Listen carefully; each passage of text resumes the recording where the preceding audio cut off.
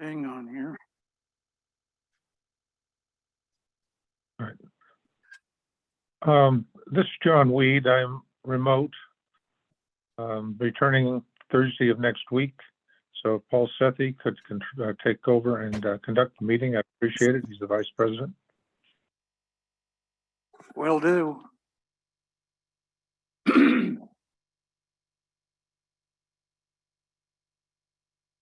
Okay, we're about 4 minutes past 6. I apologize for the delay here on my own terminal. We will commence the meeting. This is a special meeting of the ACWD Board of Directors on July 20th at 4 p.m. Both in our public boardroom as well as via Zoom. And I will turn it over to the general manager just to go through some preliminaries. Thank you, Vice President Sethy, and good afternoon, everyone. On behalf of the Alameda County Water District Board of Directors, I'd like to welcome the public's participation in the special meeting of the ACWD Board. My name is Ed Stevenson, and I serve as the district's general manager. Members of the public may participate in the special board meeting in person or remotely by either using the Zoom application or by telephone. If you are participating by Zoom, we ask that you mute your microphones unless you're speaking. May also be placed on mute by the district secretary. The district secretary will unmute participants at the appropriate times. In Zoom, you'll be able to view the presentation materials as they're presented to the board. At any time, you may submit a question or raise your hand in the Zoom app, and we'll give you an opportunity at that time. If you're participating by telephone audio, you may download presentation slides from the district's website at acwd.org. Please put your phone on mute to ensure the best sound quality for everyone. Zoom allows you to use your dial pad *6 to mute or unmute and *9 to raise your hand. This hybrid board meeting is being recorded and will be made available to the public for future viewing. And that completes my housekeeping remarks. Thank you. This is John Weed. I quickly note on housekeeping. I am participating by voice on telephone, so you see the number ending in 1885, and video through the laptop because of the poor bandwidth of the location I'm at in Michigan. So thank you.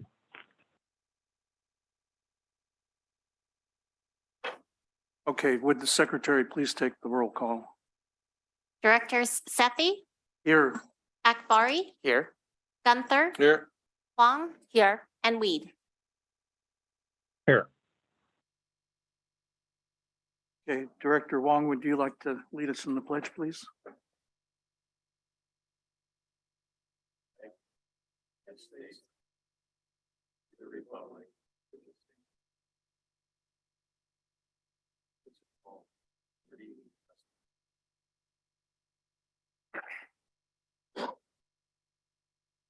Okay, at this time, we will take public comments on matters on the notice of the special meeting. Any direction from the general manager? If there are members of the public that would like to make an early comment about topics that are on the agenda, I see a hand raised by Mr. Abreu. Go ahead, Mr. Abreu. Okay, thank you. So it says here that ACWD. Remember, please keep your remarks to the subject matter of the meeting. Yeah. Well, we're talking, looking at the slides here, it talks about rates and stuff, and budget considerations. It says here that ACWD charges one uniform rate to all customers, but that's not actually true because the end result that customers pay is that the small customers pay more per unit and the large customers pay less per unit. Because people, you know, contrary to the convenient fiction or dream or fantasy of people inside the water industry, customers don't look at all the breakdowns on the bill. They just pay the money on the bottom. And the money on the bottom is a fixed charge with a rate on top. So people who use a little bit of water pay more per unit. And that's bad for equity, fairness, and it overcharges the small customers. but that's how the industry operates. One thing in all these slides, it doesn't show you, there are several hundred of these water districts across the state. And the California Water Board has a histogram of them all. And you can see that this agency is somewhere in the middle of them. Some are more towards one end or some more towards the other in terms of the ratio between a large user and a big user, how much they pay. Now, in response to droughts, some of these agencies, I'll just like to point to Las Virgenes Water District, which gives individual allocations to each and every customer based on some theoretical amount of how many people they have and how many trees they have and how much land they have, and so-called water budgets. It's crazy, and I disagree with that very much. And then it says here that revenue stability and uniform rates are essential because of unforeseeable water supply and financial conditions. And this is insane. Uniform rates are complete nonsense, because in an industry where droughts are going to be more and more common, that means you need rate changes, severe rate changes, and severe surcharges to force flexibility and demand. And rate shocks, contrary to being a bad thing, are a good thing. They're required. Rate shocks are required to respond to droughts and to drive conservation, during certain times. And other times you don't need to impose severe rate shocks. I would support two-tiered rates with just one breakdown in the rates. Give people 6 units per month, which is enough for a small amount of indoor use in a residential setting. And probably in the others, the commercial or whatever, I'm not sure whether you even need any tiers. So 6, whatever, enough to accommodate a small household and efficient use indoors. And then the ratio between those would be driven in the same way that would put you somewhere in the middle of that histogram put out by the Water Board. And considering both the fixed charge and the variable charge, the bottom line number that small and large customers pay, so that ratio is in line with the rest of the industry within California. And I'm very much opposed to any kind of individual allocations, any water budgets, any restrictions on how much people can use. They can use as much as they can afford under this scheme, but prices would be very high. So the affordability of water would, of course, be an issue. But that it has to be an issue, otherwise you can't respond to droughts. Thanks, Thank you for your comments, Mr. Abreu. There will be an opportunity at different points during this workshop where you can make specific comments. So I don't want to rush you here, but we need to move on. So the purpose of this meeting is to have a first financial workshop. And I'll turn it over to either General Manager or Mr. Wunderlich. Sure. Yes, this is the second in a series of financial workshops scheduled for this year. This first workshop is focused, the first workshop that we had was focused on the district budget. And this workshop today is the first of 3 that will be focused on the district's rate structure. Today we'll be talking about the district's current and projected future financial status, water rates and charges, rate structures, the allocation between fixed and variable charges, the district's approach to funding the capital improvement program, stage rates that would be charged during a water shortage emergency, such as the one we're in right now, and use of the property tax roll for collecting on delinquent accounts. Our second scheduled water rates workshop is on August 25th.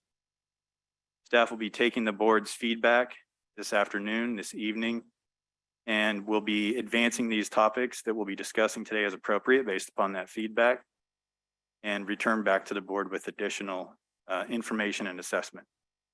So with that, I'll turn it over to our Director of Finance, Mr. John Wunderlich. Great, thank you, Mr. Stevenson, and good afternoon, members of the board. public and staff. And if I could ask the district secretary to go ahead and load up the presentation. All right, thank you. Just first, one quick note, you do see Mr. Aum's name on here. He's unfortunately feeling a little under the weather, so I will be covering the staff section of the presentation. And we also have with us this afternoon, Rick Simonson from HF&H Consultants, who will be providing the consultant presentation. Right. Here we go. So here's our agenda for this afternoon. We'll review our actual results. The fiscal year did just conclude a few weeks ago, and we have some updates to provide, as well as reviewing our normal financial planning assumptions and projections. The board made a number of comments during budget deliberations back in June, and we do want to be responsive to those comments and have prepared some information to try to further inform some of those discussions. And then once we get to that point, we'll turn it over to the consultant to talk about our key rate setting options. And I think these are topics that are very familiar to the board in terms of the split between fixed and variable revenues, as well as the approach to our underlying rate structure, as well as stage rates. The one item that's maybe a bit new is we'd like to have a more comprehensive discussion about our approach to funding the capital improvement program. I think there's a direct relationship between our approach to funding the capital improvement program and some of the comments during budget deliberations about the current status of district reserves. And so that's something that I think is maybe new for this process, and we'd like to solicit feedback from the board. And so again, specifically where we're looking for guidance is just making sure everybody is comfortable with our financial planning assumptions. Those are of course critical along with our approach to funding the capital improvement program to what the recommended overall rate increase should be. And then of course, guidance on whether we want to maintain our current approach as it relates to fixed and variable charges and taxes and rate structure and stage rates, or if we want to look at some adjustments there based on kind of the current feeling of the board. And of course, much of today's discussion is going to be theoretical in nature, where we're soliciting policy preferences. And then the goal here is, if we prepared scenarios for every possible permutation that's being discussed, this would be about another 100 slides in today's presentation.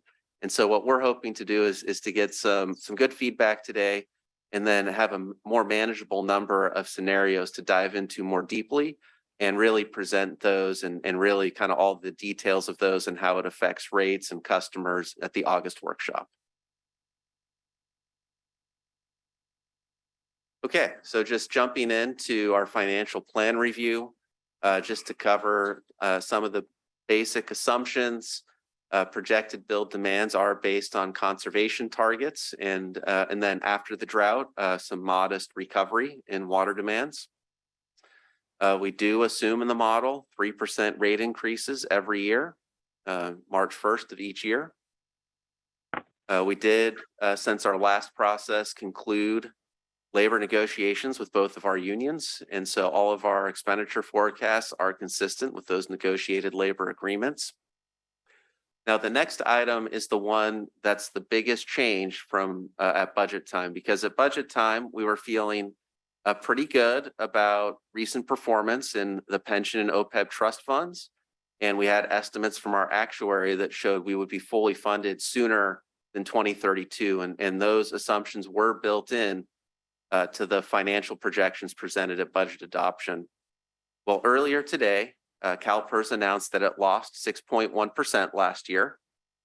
Now, cumulatively over the 2 prior fiscal years, that's still the equivalent of earning 6.7 per year each year, because they made 21% the year before. So in terms of our long-term projections and achieving full funding by 2032, we are still in excellent shape and fully on target. What is no longer the case, though, is I think we can no longer assume we will be funded before 2032. And so the big adjustment that staff made to the financial plan is instead of ending those supplemental contributions in around 26, 27, based on what we thought could happen after the prior year, based on the results at June 30, 2021, we're now assuming that those contributions will continue through 2032. And as a reminder, those contributions are in the $10 to $15 million per year range. It's a lot of money. And so, just changing 1 year of that changes the ending balance at the end of the planning period by quite a bit. So I did want to take a minute and talk about that because that's what's driving most of the change that you're going to see as we get to some of the metric slides. SFPUC wholesale water rates did go up 15.9% effective a few weeks ago. And we're now paying $4.76 per unit, up from $4.10 per unit for SFPUC water. Again, we always assume full. Director Weed, did you have a comment? Did that include the surcharge for 76? SFPUC does not currently have a surcharge. What they did is they did a 16% increase instead of a surcharge. All right, thank you. I believe a surcharge is possibly on the table for the future, though. Consistent with our typical approach to financial planning, we do assume full expenditures, both in the operating budget and the capital program. And we do have a debt issuance of 30 million currently planned in 24-25 to help fund the capital program. As we get through the slides, you'll see that very substantial investments are planned for this current fiscal year we've just entered, as well as the next 2 fiscal years. Okay, so now we'll walk through some of those metric slides. We finished the last fiscal year at 33.97 MGD in billed demand. That was obviously a higher number than we wanted to hit, although signs are encouraging so far the past few weeks that we are really reaching our customers with the conservation messaging. And our forecast for the current fiscal year is 31.28 MGD. So we are projecting some additional conservation. Okay, comparing our operating revenues versus operating expenses, including depreciation. We are projecting that starting in the current fiscal year, that our operating revenues will be slightly below our operating expenses. And we do rely on some of our additional revenue sources, such as property taxes, as one example, to help fund all of our operating expenses. Again, that includes depreciation. All right. No, I did not jump over. Okay, so the capital improvement program, and here you can see we spent quite a bit the last couple of years, and we're projecting to have, again, really substantial expenditures the next few years as well. And you can see that big kind of shaded part in the middle for fiscal year ending 25 represents 30 million of debt proceeds. So that's why we're looking at spending 44 million general fund this year, 54 million general fund next year, which is well beyond what rate revenues provide. So that would result in spending down much of the capital reserves that have been developed.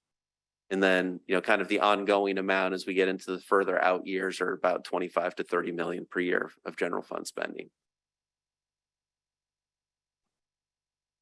Okay, so now we'll jump into some of the budget follow-up. Actually, just real quick, we may have skipped the last slide. Did we?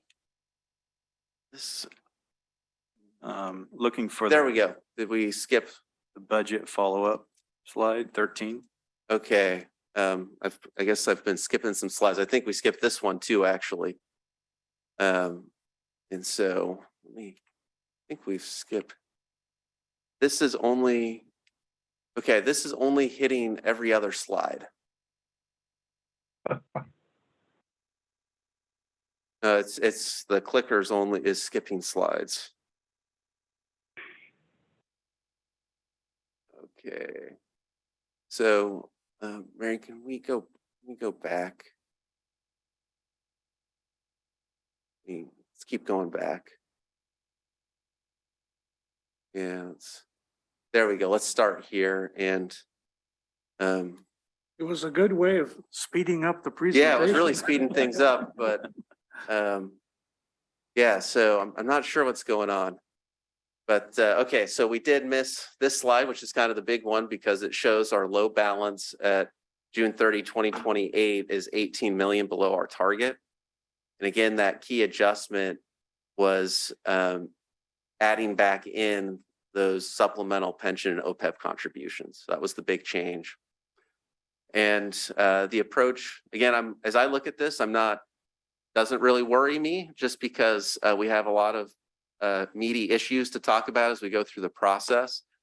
And if we adjust our approach to funding the CIP, which we'll talk about a number of options later in this workshop, that could result in some pretty significant changes here based on our approach to debt versus cash funding. And so I think we'd like to see what the feedback is on that and then come back with those specific scenarios in August. Okay. No, I'm still skipping.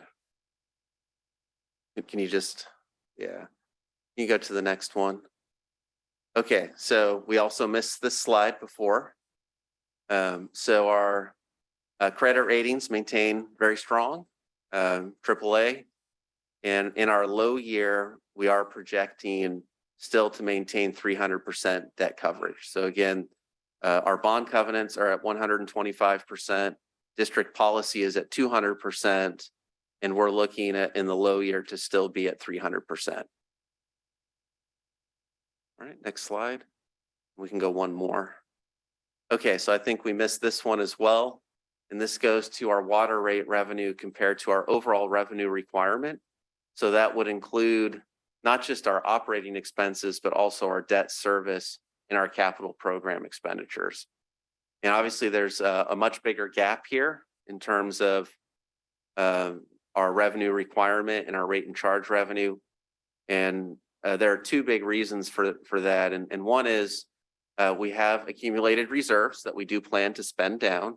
So we actually should be spending more each year than we bring in, so that we spend down those reserves. And two, we have other reliable revenue sources, and those need to be factored into our overall projections for what we need from rate revenue. Because the way we essentially set rates is we say we need this much money. We know we have property taxes, interest income grants that that we know are very reliable. So we know we have that amount, and we subtract that from the amount we need, and kind of that difference is where the water rates need to come in. Right. So, Mr. Wunderlich, yes. does this include the expense for depreciation, covering depreciation and amortization, or is that in a different slide? No, that was in a different slide. So this is our revenue requirement. So this would be to fund cash out the door payments. So it would not include depreciation. But it does include the entirety of our capital program. Got it. All right, next slide. And we did hit this one, so we can go on to the next. Okay. So maybe I'll just pause there for a second and ask if there are any questions or comments about the financial planning assumptions and metrics before we jump into the budget follow-up. Okay, then we'll go. If I could quickly make a note. The San Francisco PUC of 476, but there's also an additional fee at that Bosca took out some debt, and we're funding them based on consumption. And Bosca calls that a surcharge when they look at it. And I was wondering if the 476 includes the amount that we pay Bosca each year to cover their debt. No, the 476 is the payment that goes to SFPUC. Okay, so I think as a realistic matter, the actual cost of San Francisco Water then actually goes up a bit. It's may well be over $5 a unit at this point. Yeah, I'm not somewhat ironic. Yeah, so I think based on the amount of water we buy from San Francisco. I'm just trying to do some quick math in my head, but I think It's actually better if we know what we're paying per acre foot and then back into the per unit charge, yeah, so in my opinion. Yeah, and we can look to clarify that for a little bit later. I think We'll make Director Reed sure- is right. Yeah. but I believe the amount we pay in that surcharge is spread across the total San Francisco purchases would end up being, pretty minimal. Maybe it would get us up to $5 per HCF, maybe, but it Right. certainly would be pretty small. Well, we'll see. Yeah, when but you to run the go numbers. from $4.10 up to $5, that's a big increase.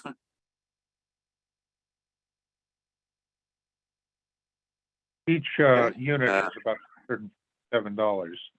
And so when Bosco was formed about 20 years ago, the cost of water was $1 per unit, or about $440 per acre foot. We're now 5 times that.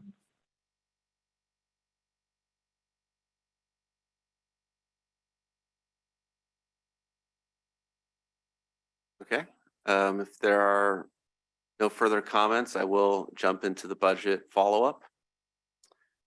So I went back through and I rewatched the board meeting when we talked about the budget to try to really capture the comments and what everyone was getting to. And so I kind of boiled it down to these 4 general topics. First, that district reserves have grown substantially. 2, that revenue has been flat the past few years. Third, that expenditures and staffing levels have grown, and that expenditures have not matched budget or CIP projections.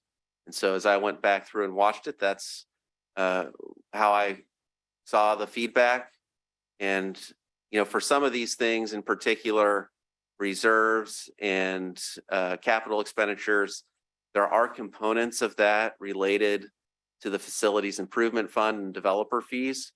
But for purposes of this meeting, we are focusing primarily on the general fund aspects of these comments because it's the general fund that drives water rate changes. All right, next slide. Okay, growth in reserve funds. So the district does have a number of pretty conservative financial practices. For example, we primarily cash fund our capital program. And what that means is we need to save in advance for periods of heavy capital investment. We're also conservative in terms of being pretty prudent with our demand forecasts, assuming that we spend everything every year. We have several grant proposals that we're working on right now that as staff, we feel pretty good about, and we think we have good opportunities, but we don't count on that money until there's a final signed grant agreement. We also generally assume about 3% staffing vacancies, although in practice, we've experienced about 5 to 7% the last few years.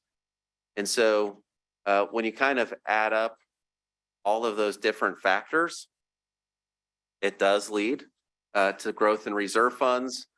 But the other thing too is because we have very robust capital plans for the next few years, our current reserve balance is actually needed based on these historical practices to address those major investments. And that includes major reservoir seismic reliability projects, includes major pipeline projects, PFAS treatment. There are a lot of very large and expensive projects planned for the next few years. One of the other things, and we'll show a chart, I think, on the next slide that we'll get to this is, the district budget has gone up a lot over the last 10 years. And so it would be appropriate for our reserve balances that we maintain to go up as our overall expenditures and therefore, kind of financial related risks also go up. And so, but notwithstanding all those comments, I think as staff, we fully understand and appreciate this feedback and the concern of the amount of money that we do currently have. And so as we get later on into the presentation, and in particular, as we talk about alternative approaches to funding the capital program, we may want to consider some adjustments to some of these practices that might look, for example, at trying to keep our reserves within a certain corridor, right? So we never really want to go below our target line unless it's a real emergency. But maybe we want to make some adjustments to our practices to maybe make sure we also don't get too far above that target line either. And depending on the feedback we receive, in particular, as we discuss approaches to funding the capital program, I think we may have some opportunities to take a look at some changes to address that. All right, next slide. Okay, so we have a little bit going on this slide. So the blue bar is our general fund year-end balance, and the orange bar is our actual total general fund expenditures during that year. And so it kind of makes sense that those bars would grow in tandem. Now, the blue bar has also gotten closer to the same size as the orange bar too, right? So, I think that's something we'd want to address, but you would expect those bars to grow in tandem. And then the gray line that goes over the top is our budgeted total general fund expenditures within the year. And so you can see that with a couple of exceptions going back for 10 prior or 11 prior years, we've generally, again, because of our conservative approach to budgeting, have underspent the budget. All right, we'll go to the next slide. We do have a few more charts on this. So budget versus actual general fund balance. Again, the blue bar represents our actual balance at the end of the indicated fiscal year. And the orange line represents what we thought it would be when we adopted the budget for that year. And the way we did this is for the second year of the 2-year budget, we based the budgeted amount on the updates at mid-cycle. So it is really what was planned at the beginning as we were going into each fiscal year. And so again, with really only one exception being fiscal year 2021, we have seen our actual results finish above what we projected at budget adoption. All right, next slide. Okay, so the next comment, that revenue has been flat the past few years. And I think, as was noted in the discussion about the budget, we show the 2 prior years, the current year, and then the budget year. And when you looked at the earliest year included in that, we had 156.1 million in revenues. And then in the last year, just 159.6 million. And so very little change in revenue over the course of several fiscal years. But I think if we dig, kind of into the different categories of revenues, we'll see some interesting trends that come out of that. So for example, within that period, our water revenues actually went up fairly substantially. That does include stage rates as a water revenue. So going up a little over 11 million from fiscal year ending 20 to 23. But we saw a large reduction in our budgeted connection charges. So fiscal year 1920 was our largest year ever for connection charge revenue. And in general, in our long range planning, we tried to be pretty conservative with our connection charge revenue. It's not something we want to rely on because, again, it can vary substantially from year to year. And if we build that in as something we rely on substantially, it does pose a lot of uncertainty into our planning. And we certainly saw that with a lot of agencies in this region that rely more on the connection charges.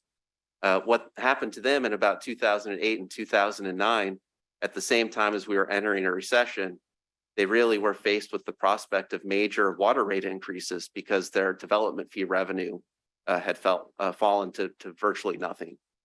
And so we are pretty conservative with our forecast there. And that is, intentional to a certain degree.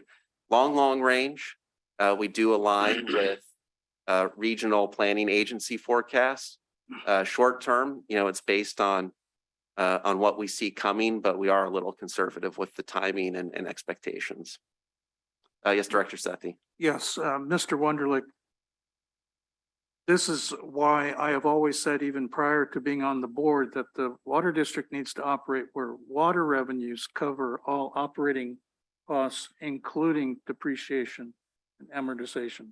That was always my goal, that we get there, and we did after a period of several years. So that's why I'm concerned that we don't retrench backward. I always thought it was risky to depend upon the connection charges, and that's why I always said water revenues by themselves need to carry the district. And that determines what rates you're going to have for the customers. Yeah, and I think, we would definitely agree with not being reliant on the connection charges. I do think we would be a little more comfortable including the property taxes in there because that's also a highly reliable revenue source. But agree 100% on the connection charges. We don't want to get overly reliant on those. Mr. Wunderlich, can you confirm that the connection charges we're talking about here are the facilities connection charges and the facilities renewal charges? It includes both.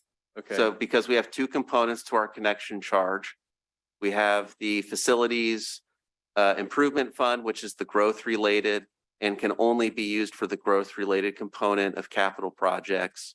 And we actually have seen substantial growth in our facilities improvement fund the last 5 or so years because of the heavy development activity and related fees. Then there's the other component of it, which is our facilities renewal fund, which is the buy-in piece.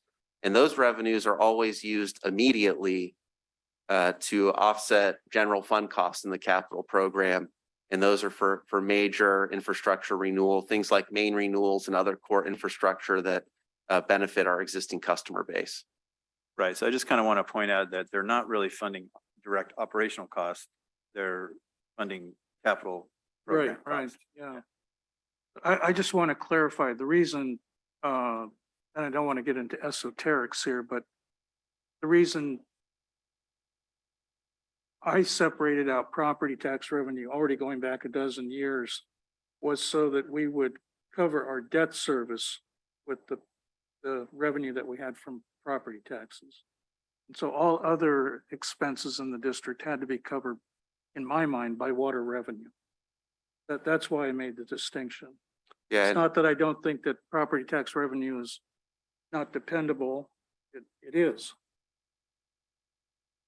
yeah, no, and I think actually when you look at our share of the general 1% property tax, actually the annual revenue from there does line up pretty close to our annual debt service payment. So that would be a perfectly reasonable way to look at it. I know as we get in, our consultants, as we get into their presentation, they'll kind of show us all of our different revenue sources and where we kind of think of what's fixed and what's variable and some of those things as well. So again, another Director Weed, go ahead. Yes, when we have property taxes, there are 3 elements of the property tax, I believe. Are you talking about all 3 elements that we collect through the property tax? The state funds? We currently have 2 elements, and so yes, we're talking about both of those elements. Okay, thank you. Okay, so one of the other factors driving some of these revenue issues the last few years is also fluctuation in our grant and reimbursement revenue. That's all contingent on the timing of related capital projects. And so that can go up from year to year.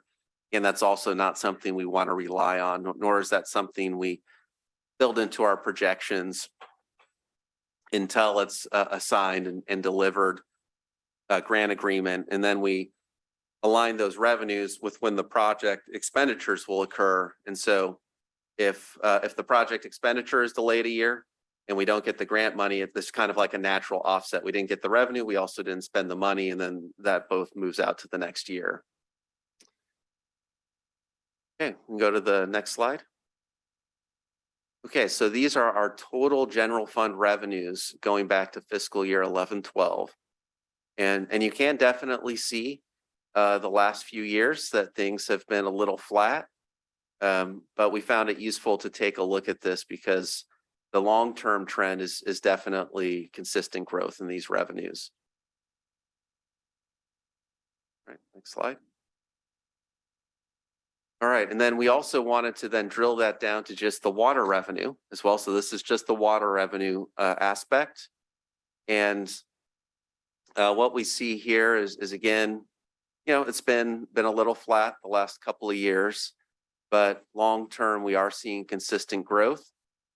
And then we do see fiscal year 15-16 where there's a bit of a gap between the budgeted revenue in the orange line and the actual revenue in the blue bar. And that was at the height of the last drought and the reduction in demand by our customers. But overall, over these 11 years that are presented, on average, actual revenues and budgeted revenues are within 1%. And this gets to some of the discussion we're going to hear again from our consultants later. But, yes, there's absolutely fluctuation from year to year, but long term, there's been pretty good consistency in our ability to forecast our water revenues. All right, next slide. Okay. This chart is a little different than the other ones because instead of being on a cash basis from our financial planning model, this does come directly from a table in our annual comprehensive financial report. So it's on the accrual basis of accounting. It also only goes through fiscal year 2021 because we have not closed the books yet on 21-22 on the accrual basis. And so what you can see is the water sales in blue, and you see that growing over time. And then, this might help illustrate why overall revenues have been flat a little bit the last couple of years, because you see the investment income in orange that's kind of fluctuated. It was a decent chunk in fiscal year 19-20, but then disappeared in 2021. And then again, with the yellow part, which is the facilities connection charges, you see some big adjustments from year to year in that. So that's really those couple of revenue sources that are driving a lot of the fluctuations the last few years. All right, next slide. Okay, next comment, growth in operating expenses and staffing levels. And we did include the adopted budget in the packet for this evening to help folks in terms of any members of the public that may be following along and being able to reference back to some of these numbers. And what we do have is a pretty significant increase, about 25% in total operating costs from 19-20 until 22-23. And so as we dig into that, there are a few things that are happening that explain that. We have a little over $6 million in labor and benefit costs, and we've listed out some of the major factors. We have bargained wage increases and staffing increases that really represent about $2 million each. And then we have benefit cost increases in our conservative vacancy rate forecast, which represents about $1 million each. And that's roughly how you get to the $6 million total.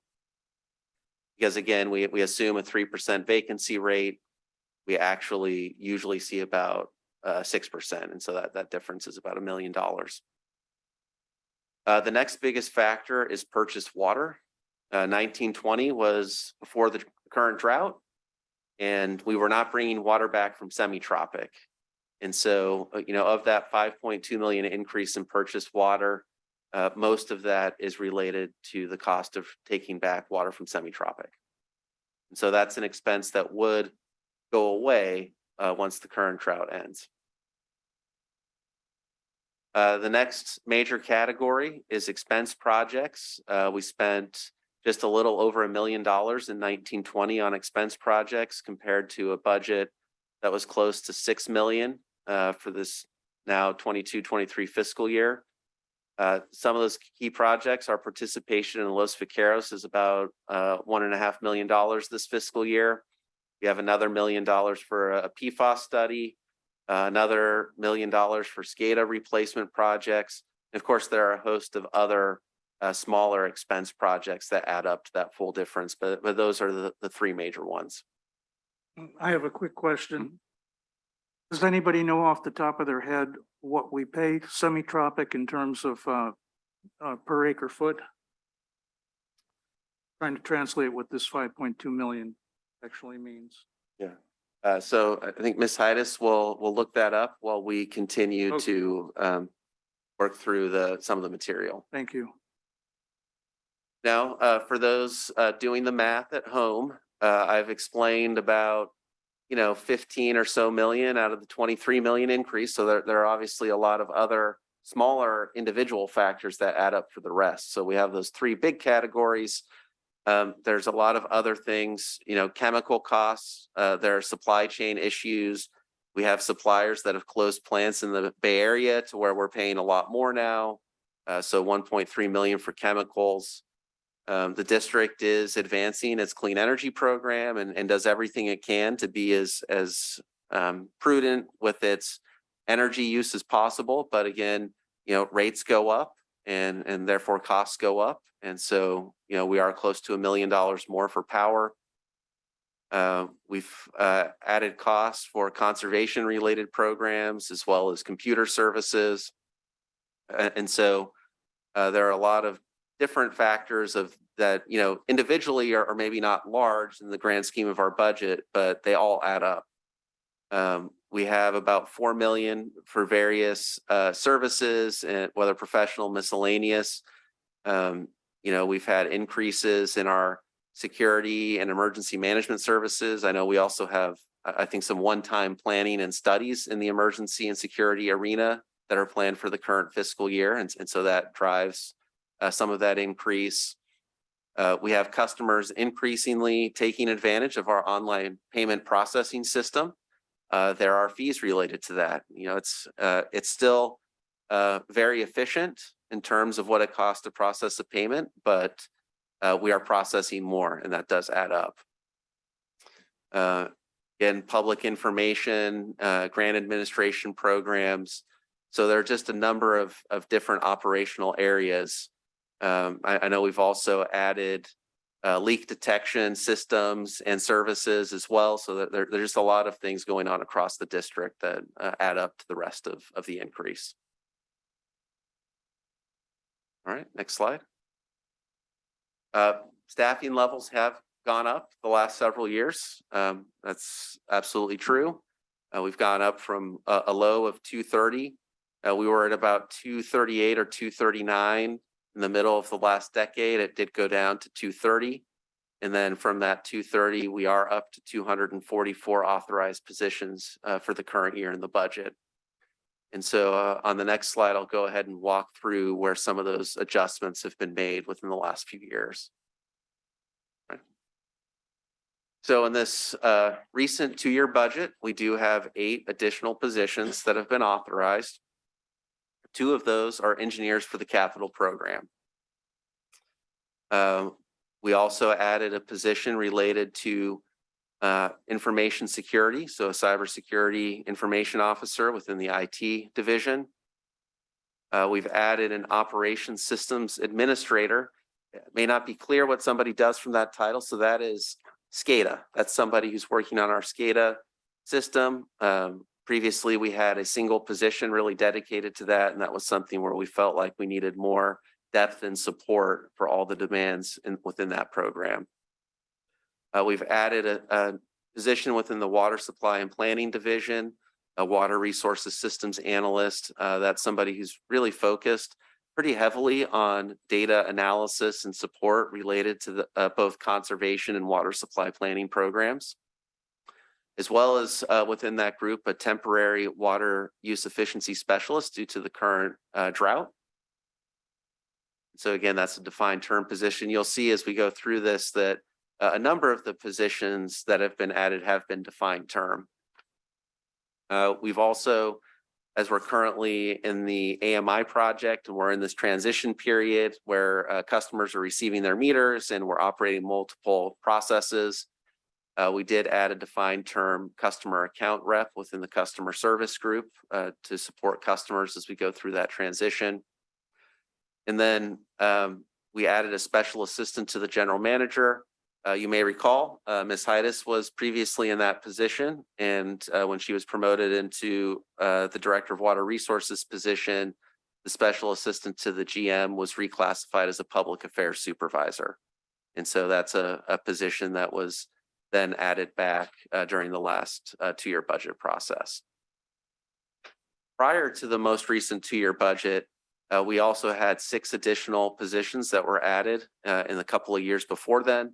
And again, just to quickly run through those, the first 2 positions, Construction Inspector 1-2 and Engineering Tech 1-2, are positions within our Development Services group. Their time is charged to the customer whose job they are working on. So this is not actually a cost to the district for these positions, and it relates to the level of services we're able to provide to developers and other customers who are looking to have new connections or modified service connections to the system.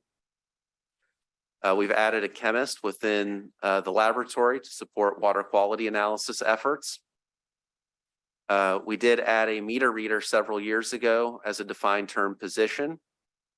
And I think the last time before then we added a meter reader was in the 1990s. And of course, many meters have been added to the system that need to be read.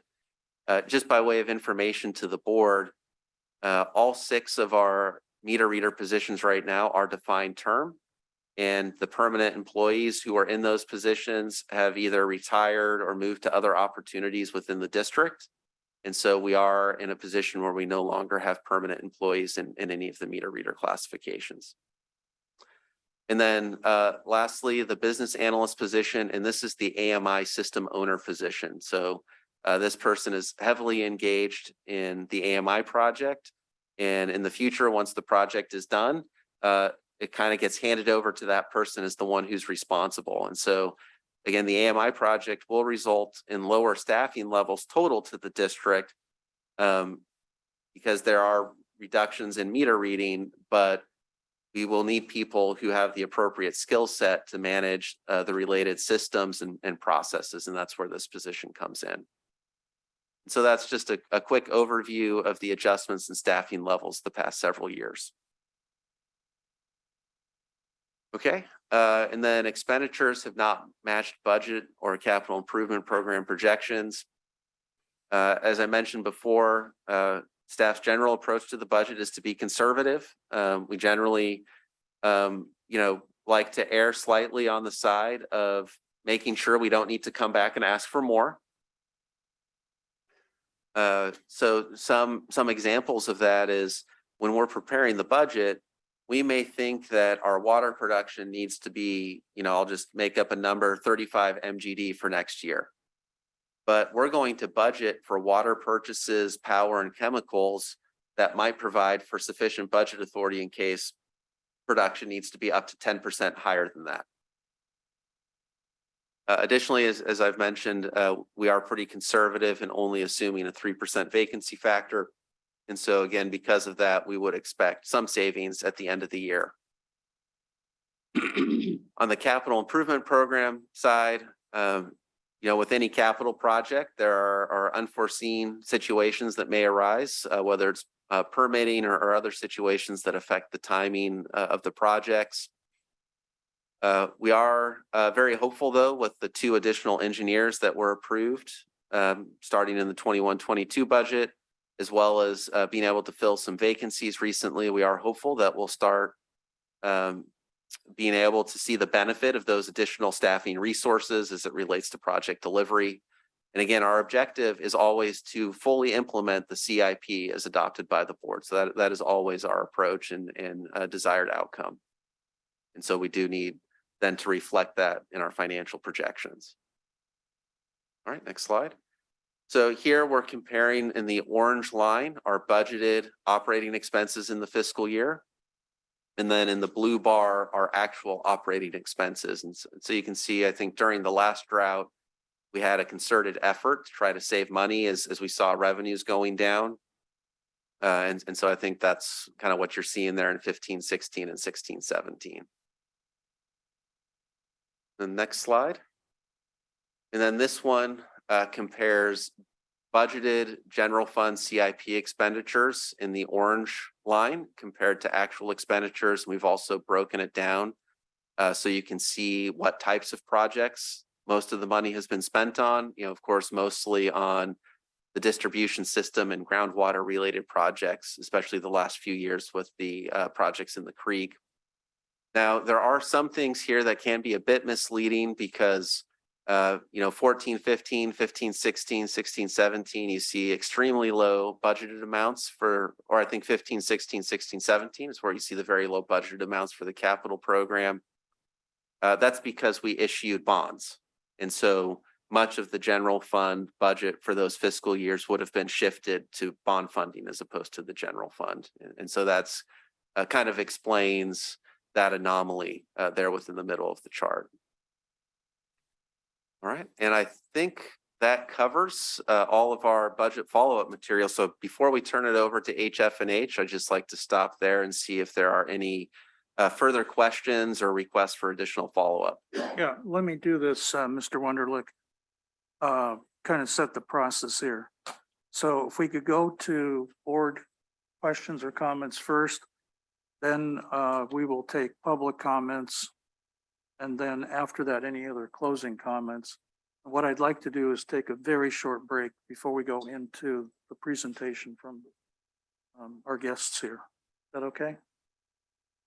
All right, so any comments from the board here? This time. John Weed, when you finish the internal board, if I could make some comments. So those who are present. Yeah, you're up right now. Okay. This is John Weed. Couple of notes. I've always pushed hard to match our, as we get into rates, the need for matching variable cost, variable income, and fixed cost, excuse me, the fixed income. And where that was most dramatic was in 2015-16. It appears that this chart looked at the mid-year budget adjustments. But in that year, we were coming out of a drought.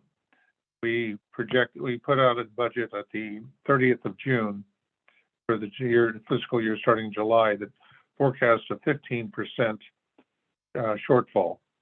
We ended the year with a 25% surplus because we came out of the drought and we sold a lot more water. That was a 40% swing. And that, I think, illustrated to me the need for trying to match source of income to the source of expenditure. The other concern I have, next is a statement saying, I'm glad we have defined terms now. Took years to get that done. Jennifer Solito came on board, did it, and it's wonderful. We now have programs where we can match we don't have to have long-term career people with trying to match them to a very dynamic program that we have. The third is a concern over black swan events. I believe one of those is organic fluorine. I suspect, as I read this, that we'll be going to reverse osmosis of all of our water supplies, and particularly groundwater. And that is a much higher expense than what we're currently forecasting in our capital expenditures in a program where we've already authorized not only the study of it, but also the design and build. So beware, that is one that's could floor you if you have to change your whole method. And then the bigger problem there is what will happen with the brine, the residue, and what we have to consider to be hazardous waste, which puts any of our water treatment processes at risk. So thank you. Those are my points. Okay, so I don't see any other board comments. Are there any members of the public who would like to make some comments here? Raise your hand. Do we have anybody? Yes, Mr. Abreu would like to make a comment or ask a Okay, question. oh, I didn't see the hand here. Here we go. Okay, Mr. hands up. Abreu. Yeah, If there's I take a different lesson. If there's a big upswing in revenues because the drought ended, then you can remove your drought surcharges and you can cut your rates, and then that'll kind of naturally help to reduce your revenues and bring things back into line with wherever you want your revenues to be. What I get out of all this is that you can't match your your revenues to your expenses right now, it's you're running instead of you're right now, meaning this year, you're looking ahead over a long period of time, whether it's a couple of years or 10 years or whatever it is, and you're looking at huge capital expenditures in the future that you have to guess what they are. And then the way you're running it, you have to get the money early so you can spend it later, because otherwise you'd have to do a lot of borrowing, and you don't like to do that much borrowing. So you'd rather kind of prepay a little bit of the capital expenditures, which means that I think you need better forecasting that way. You need to have like a range of scenarios or lines and charts and very explicit forecasting, explicitly what you're guessing at, say, and maybe upper bounds and lower bounds and all that kind of stuff, so that you're kind of shooting in front of the ducks that are flying, and you're shooting years ahead of where the ducks are flying. Of course, you're never going to be accurate, but yeah, you need to have all these forecasting tools and try to hit where try to get where you're going. Within reason. No, everybody knows you're never going to be. Nobody can forecast years in advance, but that's how I see it. Thanks. Those are good comments. I would just point out that during the last drought, when the governor rescinded the executive order for the drought emergency, I believe our water district within 2 weeks held a board meeting and got rid of our drought surcharges. Any other public comments?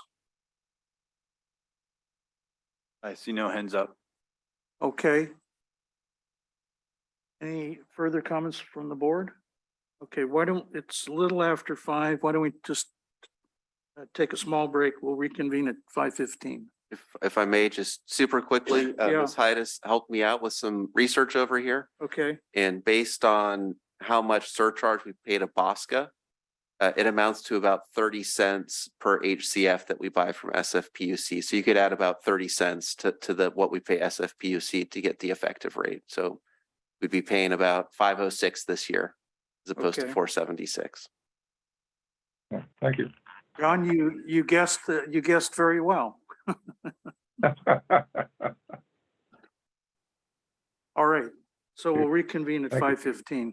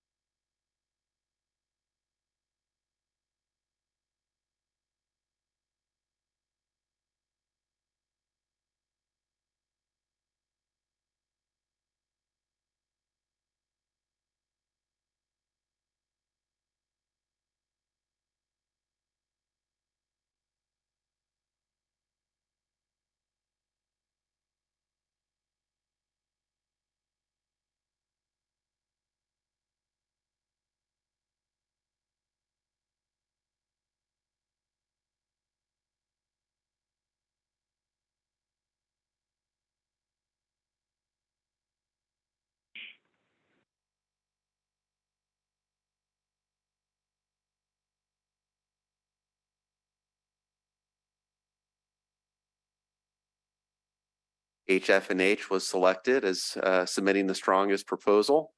And so we're happy to have them on board supporting the district now. And I'll turn it over to Rick Simonson, who's the Senior Vice President with HF&H, to walk us through the remainder of the presentation. Thank you very much. Next slide, please. And good evening. Again, I'm Rick Simonson, Senior Vice President with HF&H Consultants, and we're very pleased that you did select us in a competitive environment. We're looking forward to working with the district board and district staff on the rate setting process over the next few years. So just a bit of introduction, as we have worked for you previously with some engineers reports, but not the rate setting specifically. I just want to give you a little background about HF&H Consultants. We were established in 1989. We do cover water, wastewater, stormwater, and solid waste related utilities. We're about a 30-person firm. We have offices both in Walnut Creek and Irvine in Southern California. All of our water, wastewater work is done out of our Walnut Creek office. Very familiar with the Bay Area utilities. We have assembled the project team, myself, the project director. We've also included John Farnkoff, the actual founding member of HF&H. He is the F in HF&H, and he is technically retired last year, but he likes to continue working on interesting projects. So this really enticed him. So he's back working with us and will act as a project advisor during the conduct over the next few years, or as long as he stays interested. And with me here today also, I have Jeff Mahalchek, a senior associate. He'll be the project lead analyst. We do have some support staff not with us today. And I should mention John Farnkoff is with us virtually, so he can chime in if there are specific questions that he can best answer. And then two other support personnel. Gabe Sasser, a senior associate, will also be a project analyst, as well as some support from Haley Gordon, a senior associate. So we've assembled a staff to allow us to maintain constant contact with the district and be able to advise and respond to questions quite quickly. Next slide, please. So for today's presentation, just briefly, the scope of services from our proposal, we are looking over the next few years, look at water rates. That's what today's discussion is, to kind of kick off the water rate discussion, complete a comprehensive cost of service study, and update the rates. In addition, during this next 3 years, looking at your developer fees, so those connection charges, both the buy-in and the growth related connection facility charges. We'll look at those and make sure those have been updated with your current projections and budget. And during the conduct of the project, water loss audit, we have a subcontractor that will assist with that water loss audit during the term of the agreement, which currently is a 3-year contract with a potential 2-year extension. Next slide, please. For today, as mentioned, we're looking at some key policy issues as we set out to develop the rate setting model. These discussions at the forefront of developing the model will help us fine tune the model and really hone in on the alternatives and scenarios that you would like us to come back with. This will help, instead of, as previously mentioned, you can have as many different iterations of rate setting as you can dream up, but we'd like to narrow those down as we move through the process to come back with a few options for the board to consider and not too many.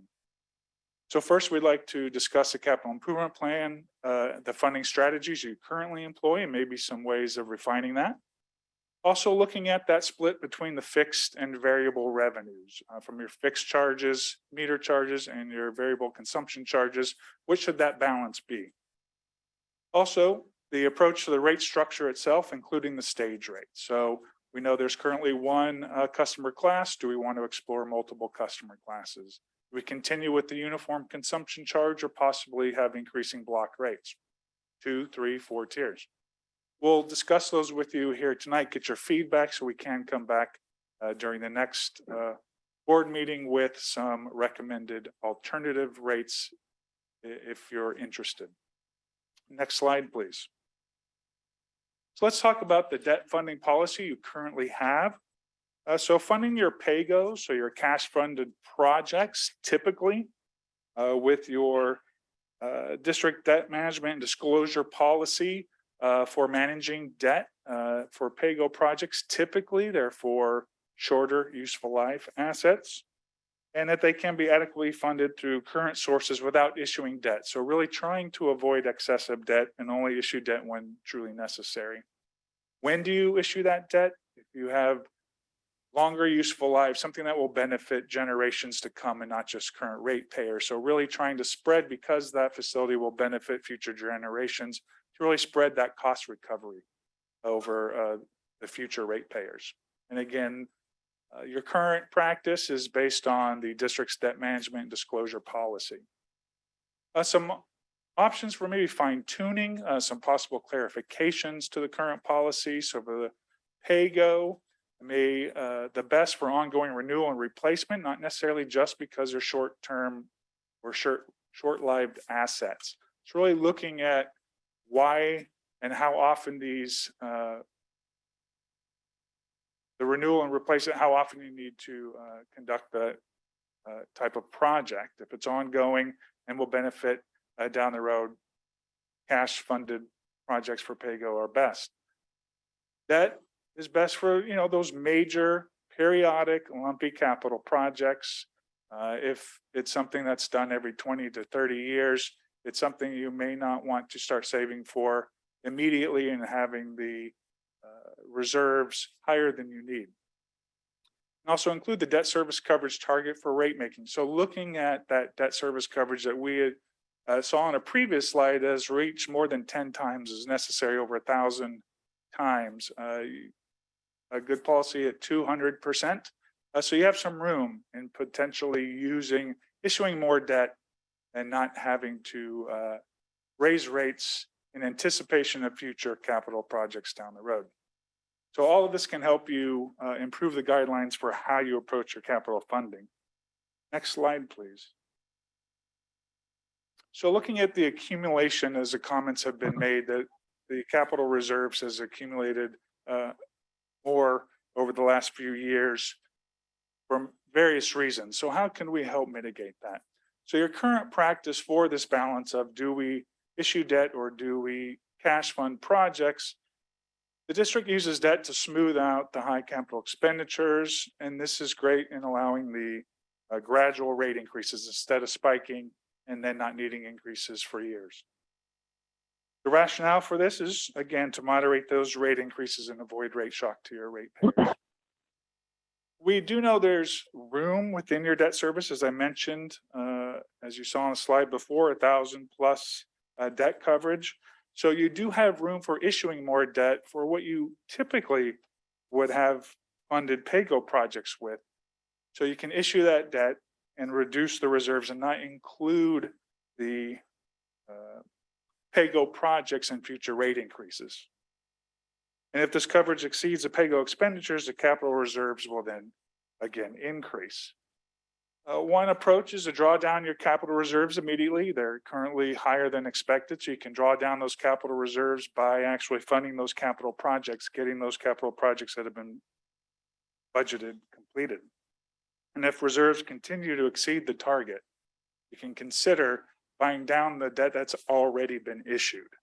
So you may have additional reserves and have bonds already issued. You can buy down that debt with the accumulated reserves. Next slide, please. Another way for mitigating the accumulation of capital reserves are budgeting practices. As discussed, the budget has been optimistic, conservative in the projects they'd like to get completed, instead of having to come back to the board and ask for more money. So the current practice is to base the rates on the full capital plan that's been established and approved by the district board. However, there are times when reserves can accumulate more than what you anticipated, typically because actual expenditures are less than what has been budgeted. Again, a more conservative budgeting practice than what the rates are based on, or simply you can, looking forward to prepare for higher than normal capital spending. So know you're saving today for eventual capital expenditures 5-10 years down the road. So there may be a good rationale for having accumulated more than the necessary capital reserves. So the rates, of course, need to fund budgeted expenditures. The options for, again, trying to mitigate this additional accumulation is maybe looking during the budget process is basing rates on the historical actual expenditures. So looking backwards and seeing, do we spend about 75% of what's budgeted? Well, moving forward, let's take our budget and put into the rates as 75% of that amount instead of the true projected expenditures. Or you can look at the base rates, or you can base the rates on a percentage of projected capital expenditures, again, a certain amount, with debt utilized as needed moving forward. So setting it at a certain level for pay-go with the understanding that if time comes in a year or two and expenditures will exceed that level that has been established, you'll automatically issue debt to make that, to bridge that gap. So again, this helps reduce or at least eliminate or at least reduce the accumulation of capital reserves over time. Because as we saw earlier on slide 26, the budgeted capital has exceeded what can actually get accomplished during the years over the last few years. Next slide, please. So I've laid out a few different approaches. So here's just a layout of the three approaches moving forward that we'd like to contemplate as we set in motion the rate setting process for this year. First, to maintain the current approach and to fully fund the CIP with the rate and other available revenue. So assume everything will be funded through rates. Second, we could target a debt service coverage level. So bring that down from where it currently is as part of the rate setting process and really prioritize spending down the available capital reserves to the coverage target. So issue debt for projects you may have typically cash funded because you have room with your debt coverage ratio to accomplish that. And third, fund a percentage of the CPI from the rates. And as mentioned earlier, utilize debt during the time period in which the revenue from rates will not suffice to pay the capital projects needed. The amount funded from rates could be set at a percentage or, as mentioned, based on the historical expenditures. Kind of what have we done in the past? What's been the run rate? Moving forward, let's make those assumptions. So depending on the feedback we received tonight, this will help guide us on how we build the model to accommodate issuing debt or making sure capital projects are cash funded. We'll bring that back at the August workshop. So I think I should pause here before we get on to the next topic. So capital budgeting is a topic we'd like to just receive some feedback on what have been some of the concerns in the past and some of the options that I've presented today. Feedback from individual board members? I guess I can start. Well, Go ahead, Director Wee. okay, thank you. Director, Okay, if I'm on, or do you wish someone who's there to take yeah, on go first forward. comment? Go. Director thank Weed, you. you're first. Yes.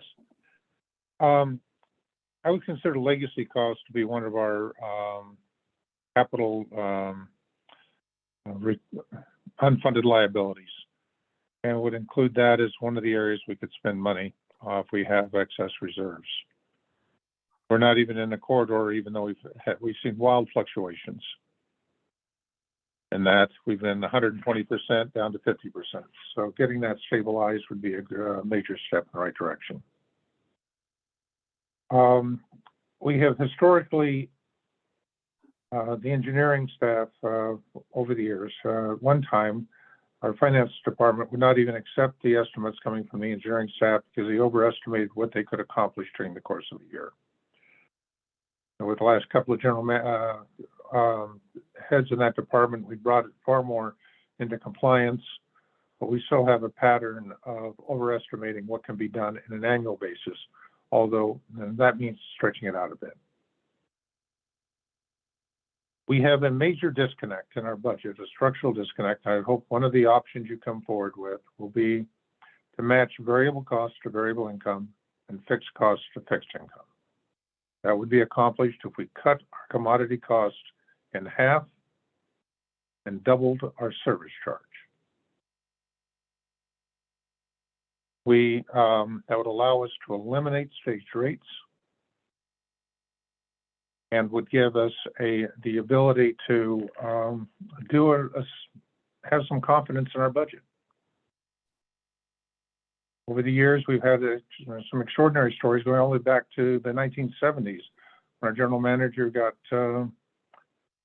national publicity asking people to start flushing their toilets because our revenues had plunged. At that time, we were 91% on the commodity and only 9% on the service charge. We're now 2/3, 1/3, but still in the reverse side. I would hope that we would bill our cost on the property tax statement. Again, stability and predictability. Service charge should be put onto the property tax statement, and delinquent bills should be, which we'll have later today, should also be billed on the property tax statement. We have a state fund that we are charged by the state that we have to pay. We only put, which we collect on our property tax statement. Currently, we only do 2/3. The other two for the South Bay Aqueduct Zone 7 is at 80%, and Valley Water District, which has the bulk of the bill, is 100%. I believe we should be at 100%. So those are my comments. Thank you. Director Huang? Thank you. So first of all, I have a question. Can Yes. you help me understand option 2? So how would that work practically? So the debt service coverage is a measure of it's the ratio between your debt service payment, say it's $100, versus the amount of revenue, net revenue left over after meeting operating expenses. Okay, So as a chart shown earlier, you have exceeded that sometimes 10 times, 15 times what's Right. necessary. So it doesn't mean you have to issue debt, but that there's room to issue debt and you still maintain a reasonable debt service coverage amount. So you have the ability to issue that debt. And what you previously had either assumed you would debt fund, so you're going to start today saving money for that, which increases your reserves at a higher level than necessary. I see. You could issue more debt to pay for that. So being less adverse to Okay. issuing debt. So option 2 basically is less pay go and borrow more money. Yes. All right, so I will just throw my thought out there. So option 3, I'm definitely worried about because, right, we could project all we want, but when we hit that shortfall, we probably have a very limited duration to go out to borrow this money. And we'll be more subject to interest rate fluctuations. Right now, we actually, in a very strange sense, have a really good problem. We have too much money. And this money is actually collecting interest. So one of the option, at least option 3, the way it looks to me from a very simplistic point of view is that I may end up have to pay more instead of sitting there getting interest by collecting too much money. I might put myself in a situation, or our customers in a situation where we actually have to pay more because of the interest, natural market fluctuation. When we need to go out to borrow money, we might end up paying more for the project. So that definitely concerns me a little bit, and do correct me if I'm not understanding this correctly. I'm trying to put in a very simple little Right. blocks for me to understand and for our customers to understand. 2 also involve borrowing money, although it's in a more controlled way. Instead of saying we don't have enough money, we'll go and borrow. We planned it out, let's go and borrow some money. I could potentially go there, but then once again, for me, it's more of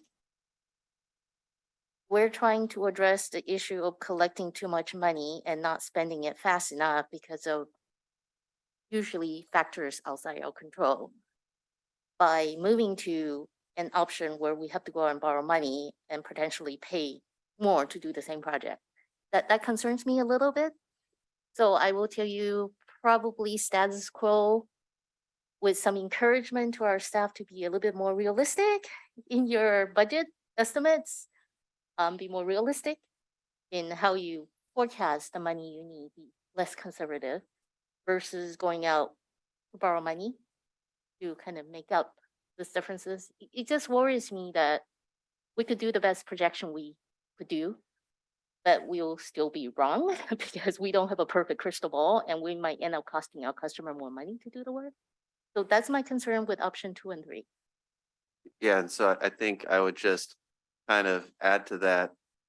We're always going to be wrong with our projections, right? Like we do our best. Right. We're always going to be wrong. And that's where if the board really wanted to strongly prioritize limiting how much reserves we accumulate, the way we do that is by introducing some level of debt into our planning, and the debt acts as an accordion that can be bigger or smaller based on the actual results. And so we certainly, we're not trying to advocate one of these specific approaches. You know, we want to get the feedback and kind of see how the board members feel about it. But that's why you see a couple of different approaches to adding debt, because that's where, again, it can be the accordion that goes up or down based on the actual results. No, really appreciate the options and really appreciate to see what's the possibilities, but I guess I surprised myself by having very strong opinion towards one. I guess I'll go next. Kind of in the same position, I think, as Director Huang. However, I think that we've kind of done this. The other options, I don't know, maybe I'm off on this, but we've gone after debt when it was worthy, in that we just went out. When the And- interest rates were very, Yeah, very historically when- low. When it was historically low, it's exactly what we did, is we went and said, no, we're gonna go this path. And so, I mean, I see interest rates crawling back up rather quickly. I'm not Crawling, sure. they're spiking. Yeah, I didn't want to use the word spike, but okay. You know, and thank you, staff, for getting in when we did. Director Sethy, I know I'm curious to hear what he has to say, because I know he was really pushing that, and I'm glad he did, because we were able to fund the major capital projects, certainly the AMI. From, not mistaken, once again, a debt issuance. And we've kept ourselves in a position to be able to do that by having not a whole lot and utilizing it wisely. So I'm kind of happy with, I don't want to use the word status quo, because and maybe I should say status quo, because it seems like that's exactly what we're doing, which is issue the debt when it makes sense. We got a big project, AMI.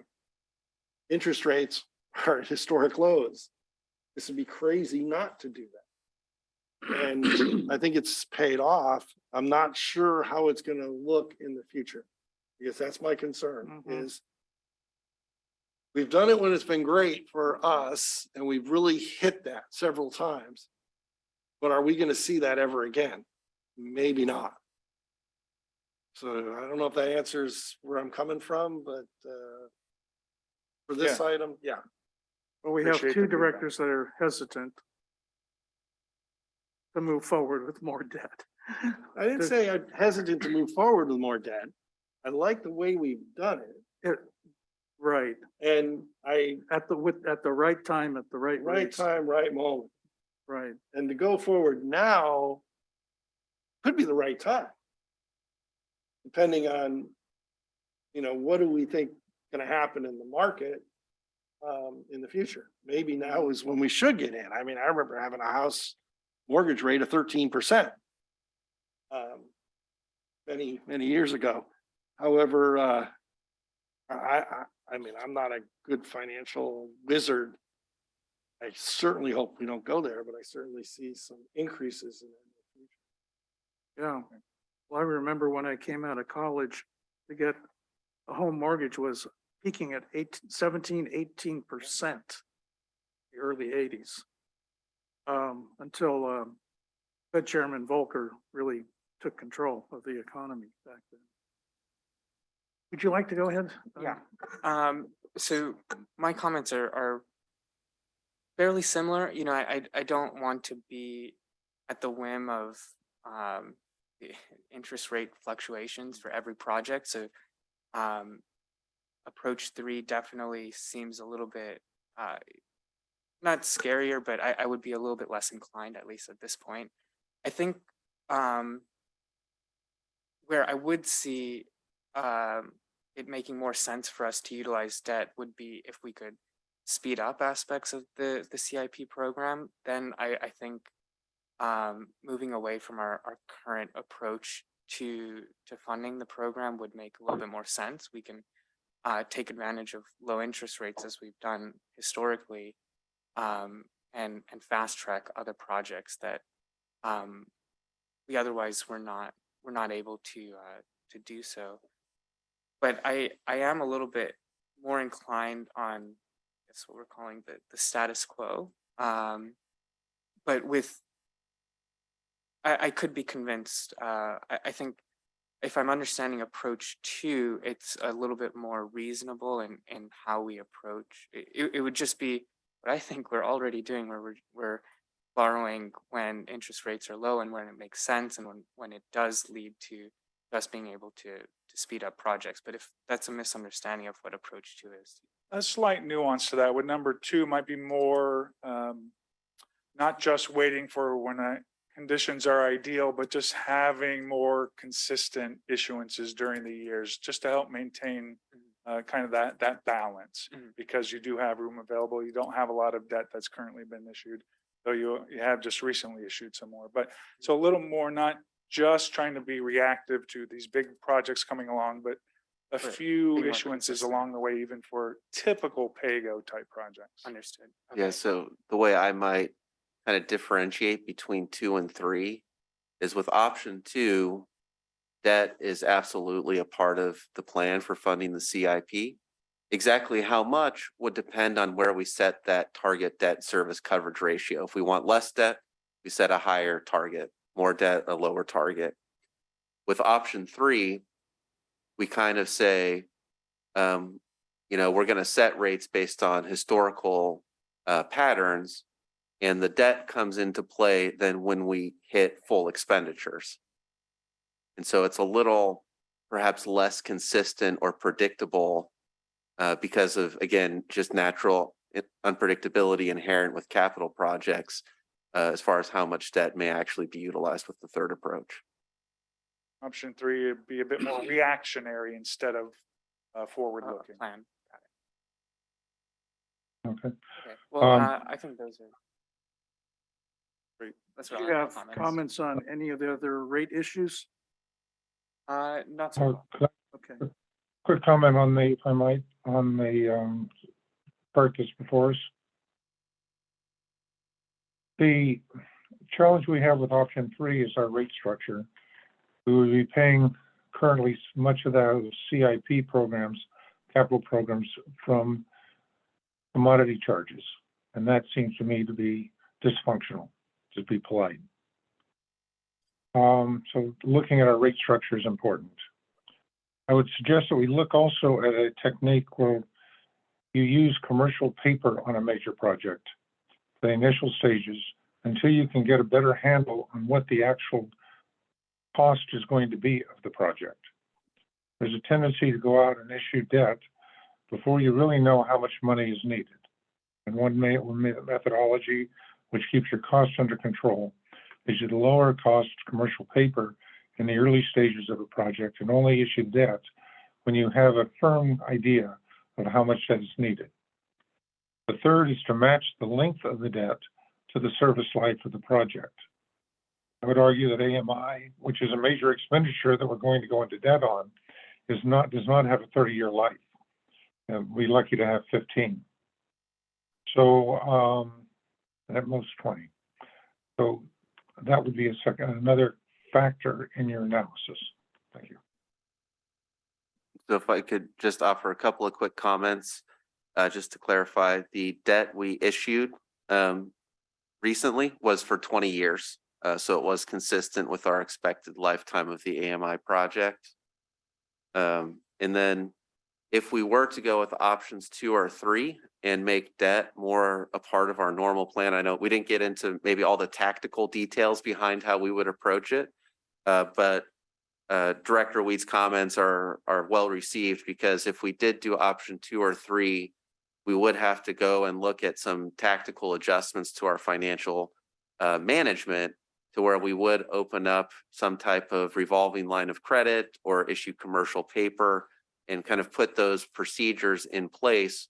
Because what we would do is, as needed, based on how it's called here, we would have capital spending go against that type of line of credit or issue commercial paper. And then it would only be every so often that we would then go and convert that into 30-year revenue bonds. So there would still be some flexibility if we felt like the market conditions weren't right to keep those borrowings within the short-term vehicle and defer converting it to the long-term debt. So there would be, again, we didn't plan to get into all of those tactical details, but there would be a number of, kind of strategic, tactical decisions to make about how exactly we structure this type of setup. Thank you. Okay. Director Weed, are you done? Yes, I am. Thank you. Okay, I would like to cover a number of subjects here. First, I have a very good book at home. It's called A History of Interest Rates. It goes back 5,000 years. And it shows interest rates throughout society, throughout time. And it is, in my opinion, one of the most interesting business books ever written. It is the size of a Bible.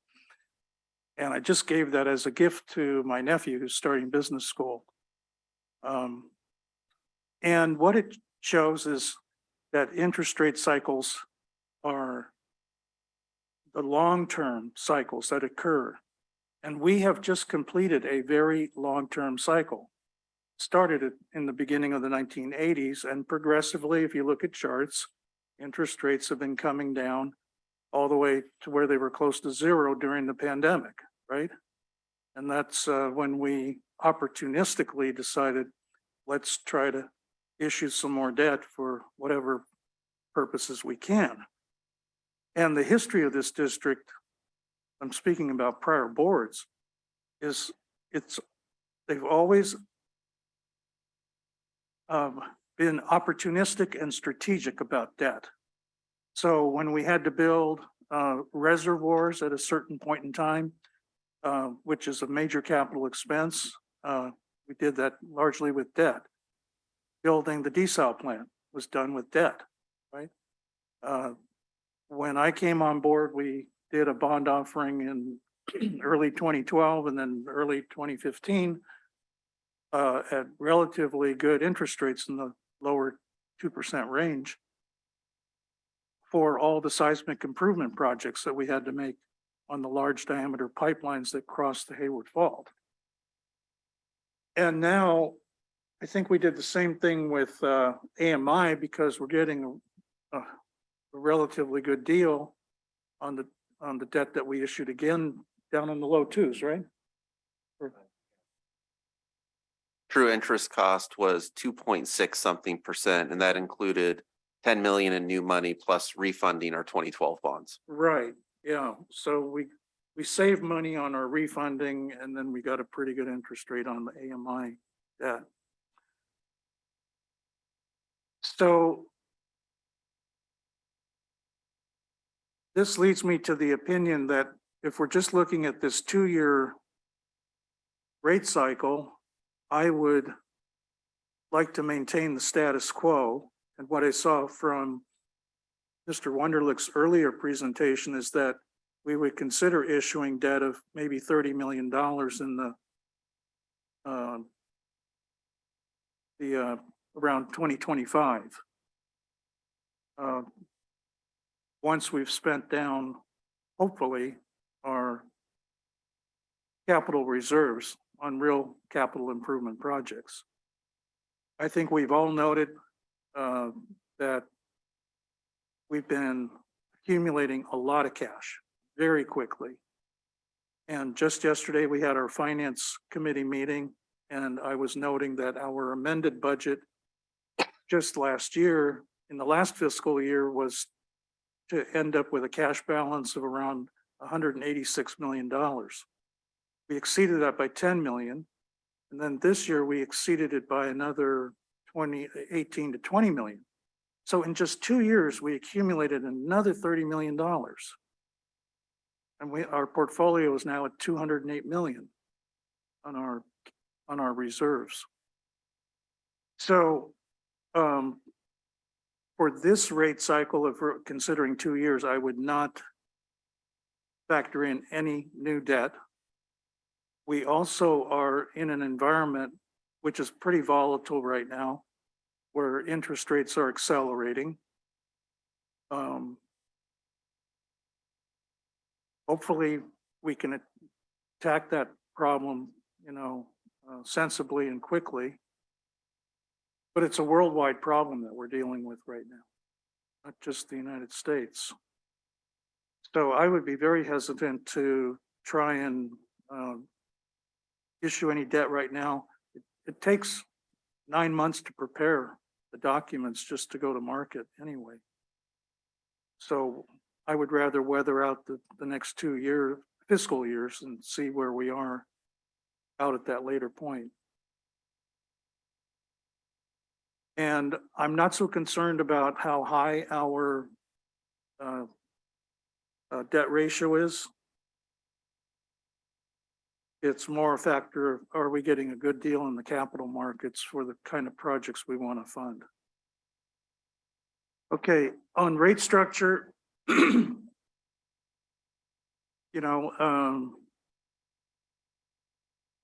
Director Weed and I fought real hard to get the fixed charge up considerably from where it was over the last dozen years. And I am of the opinion, I would welcome hearing from other board members here. I would like to keep the split that we have on fixed and variable the same as it is right now. We just went through a rate cycle where we did increase the fixed charge 6% and kept the consumption charge at 0. And I think what's most important in the way I look at it, and I hopefully the other board members too, because I think our staff sees it this way, that if you combine our service charge with the amount of money that we get from property taxes and other secure revenue sources, then we know what our baseline water sales are. In the worst of the drought, at the bottom of the winter, that's secure revenue. So the only exposure we have right now is for maybe 15, 18% of our revenue. And we were able to adjust for that properly right now with our stage rate that we implemented. And from yesterday's finance meeting, the stage rate made up the balance of what was actually needed to meet our adopted budget. The target that we had set for the water district came within a couple $100,000. So I think that was very effective. Can I have a request? Yeah. Actually, can we table that discussion until the next few slides? Actually, our consultant prepared some really interesting slides just on this topic. I'm actually interested in hearing your thoughts. I yeah. was going back to the first slide here in the presentation on rate structure. Yeah, each one of those topics will be covered separately in more detail, so we can kind of get into the meat of them. Well, that's not fair that you jumped ahead one But slide. that is a great segue It into the is. next topic. But I would want to So- confirm that the discussion with the CIP funding has, been exhausted and we should move on. Yeah, and I'm not seeing any hands raised right now from members of the public, but this would be an opportunity to chime in on this topic before we move on. Oh, let me I have a couple final points. Yeah. As we have, now we call it the Capital Sinking Fund, CIP Sinking Fund, which has grown dramatically over the last 4 to 6 years. And I feel a lot more comfortable, and I think the board would be a lot more responsible to the public if we started to burn down that cash. Every year we hear the same numbers. I'm not trying to chastise the staff here, but I'm just saying the reality is we aren't meeting our forecast for how quickly we're going to spend down money. And so I would rather that we burn down that money per the projects we have in the pipeline right now. And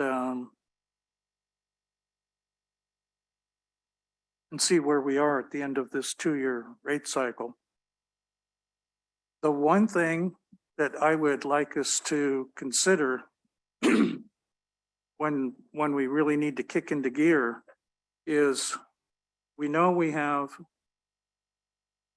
a lot of replacement and renewal pipeline work to do in the service area. And for that, you know, it might make sense to put together a series of bond issuances, you know, where that's a lifetime investment in something. So it makes sense to do bonds on that type of capital improvement project. We got the fish ladders out of the way.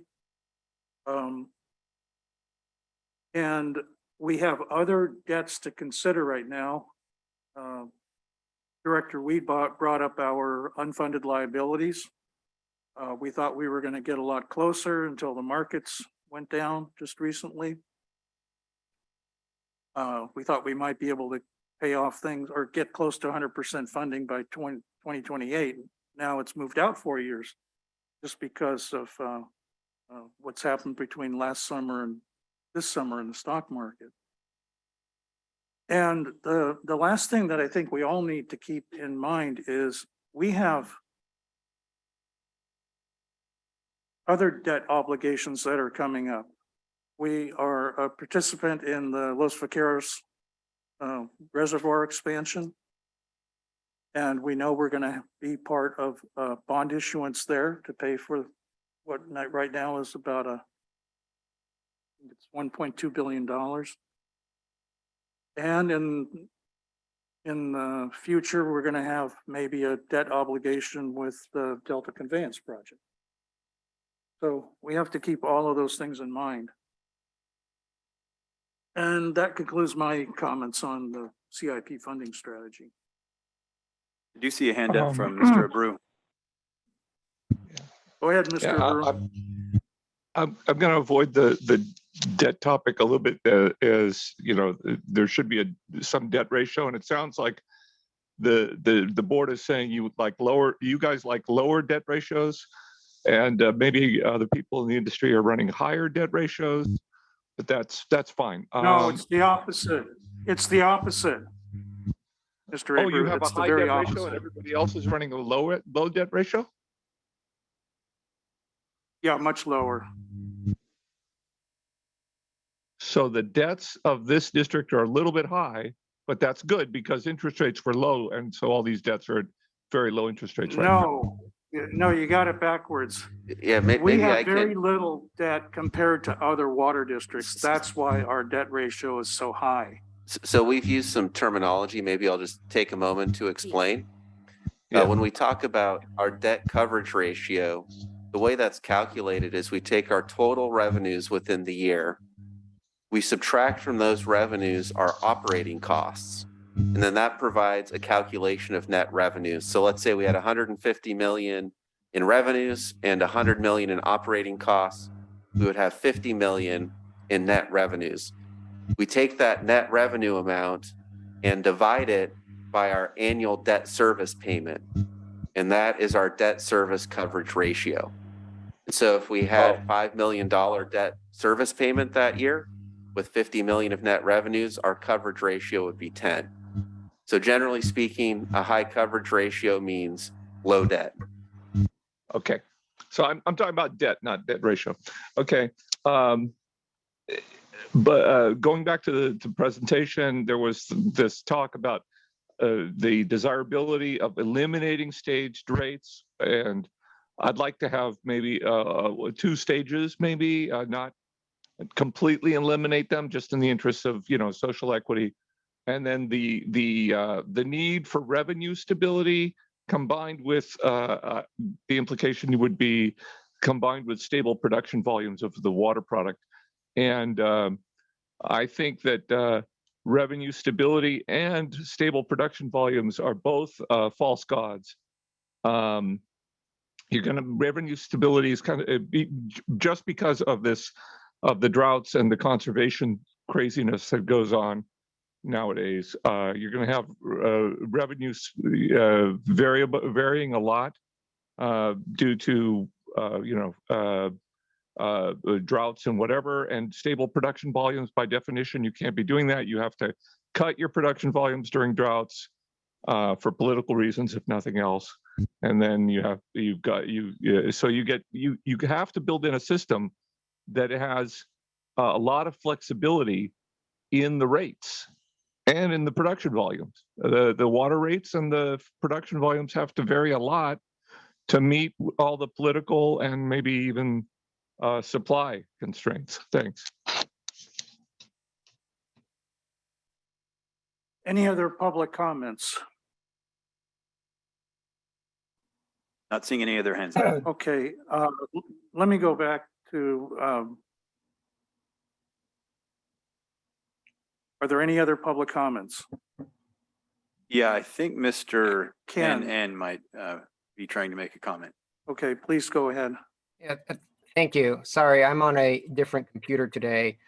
I hope you can hear me. To this slide, and the concern Director Sethy has brought up about accumulation of excess cash.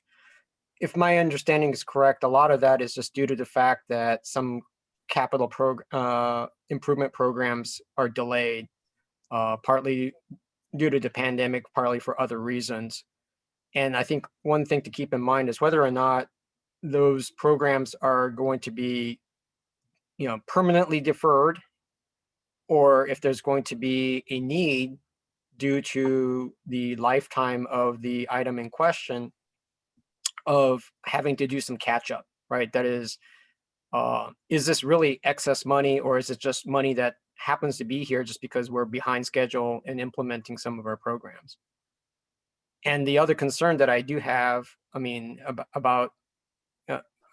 about potential increases in district funding requirements is, the unknowns about contaminants of concern, right? I mean, we all know about PFAS, the likely need to expend considerable amount of funds to mitigate.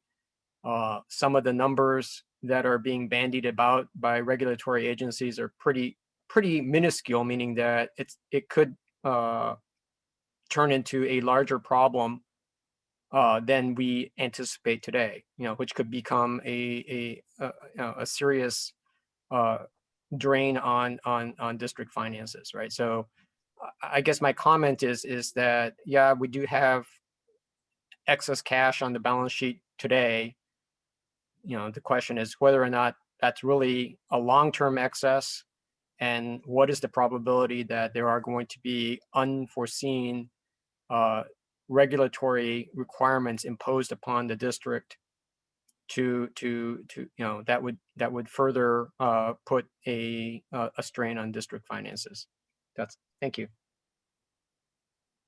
Okay, I would like, if there's no further comments, I would like to go back to our host, because I think you got the feedback you wanted on. Absolutely. I actually was going to ask staff for clarification, just for record.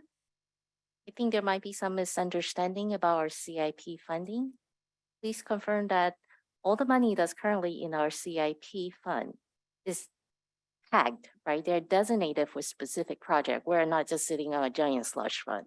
That's right. So it's all the money spoken for. And if I could perhaps ask the district secretary to take us quickly back to slide 7.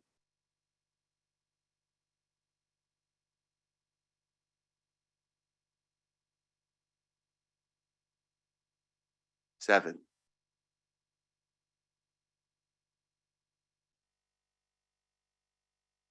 So this is our general fund ending balances. And you'll see, based upon our current financial status, we're projecting that as of June 30, 2028, we will have $18 million less in our bank than our reserve target calls for.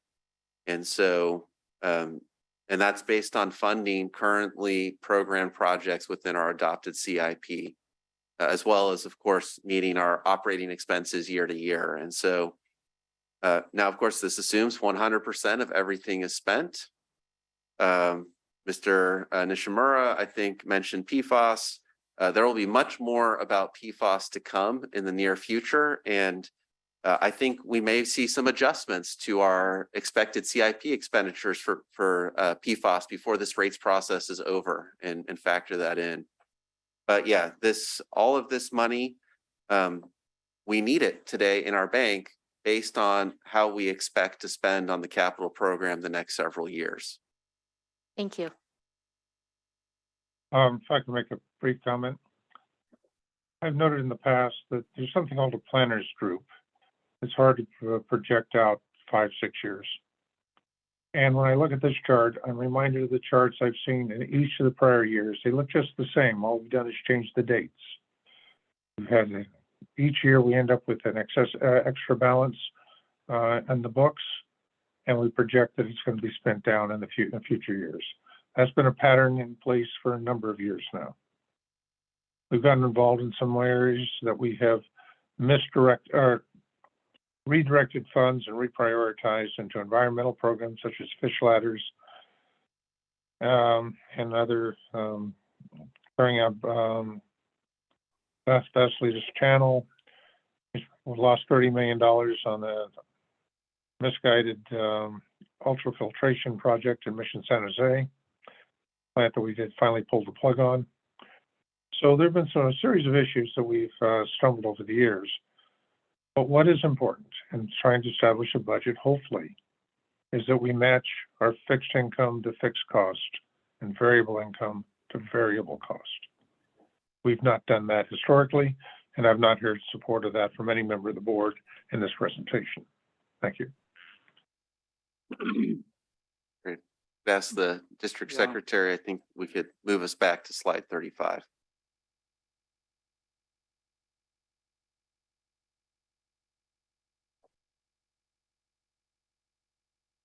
Okay. President Weed, I will say that there's a future slide in here where it kind of elaborates on what I was just talking about, that I really do believe we're very close to matching our fixed revenue with fixed costs.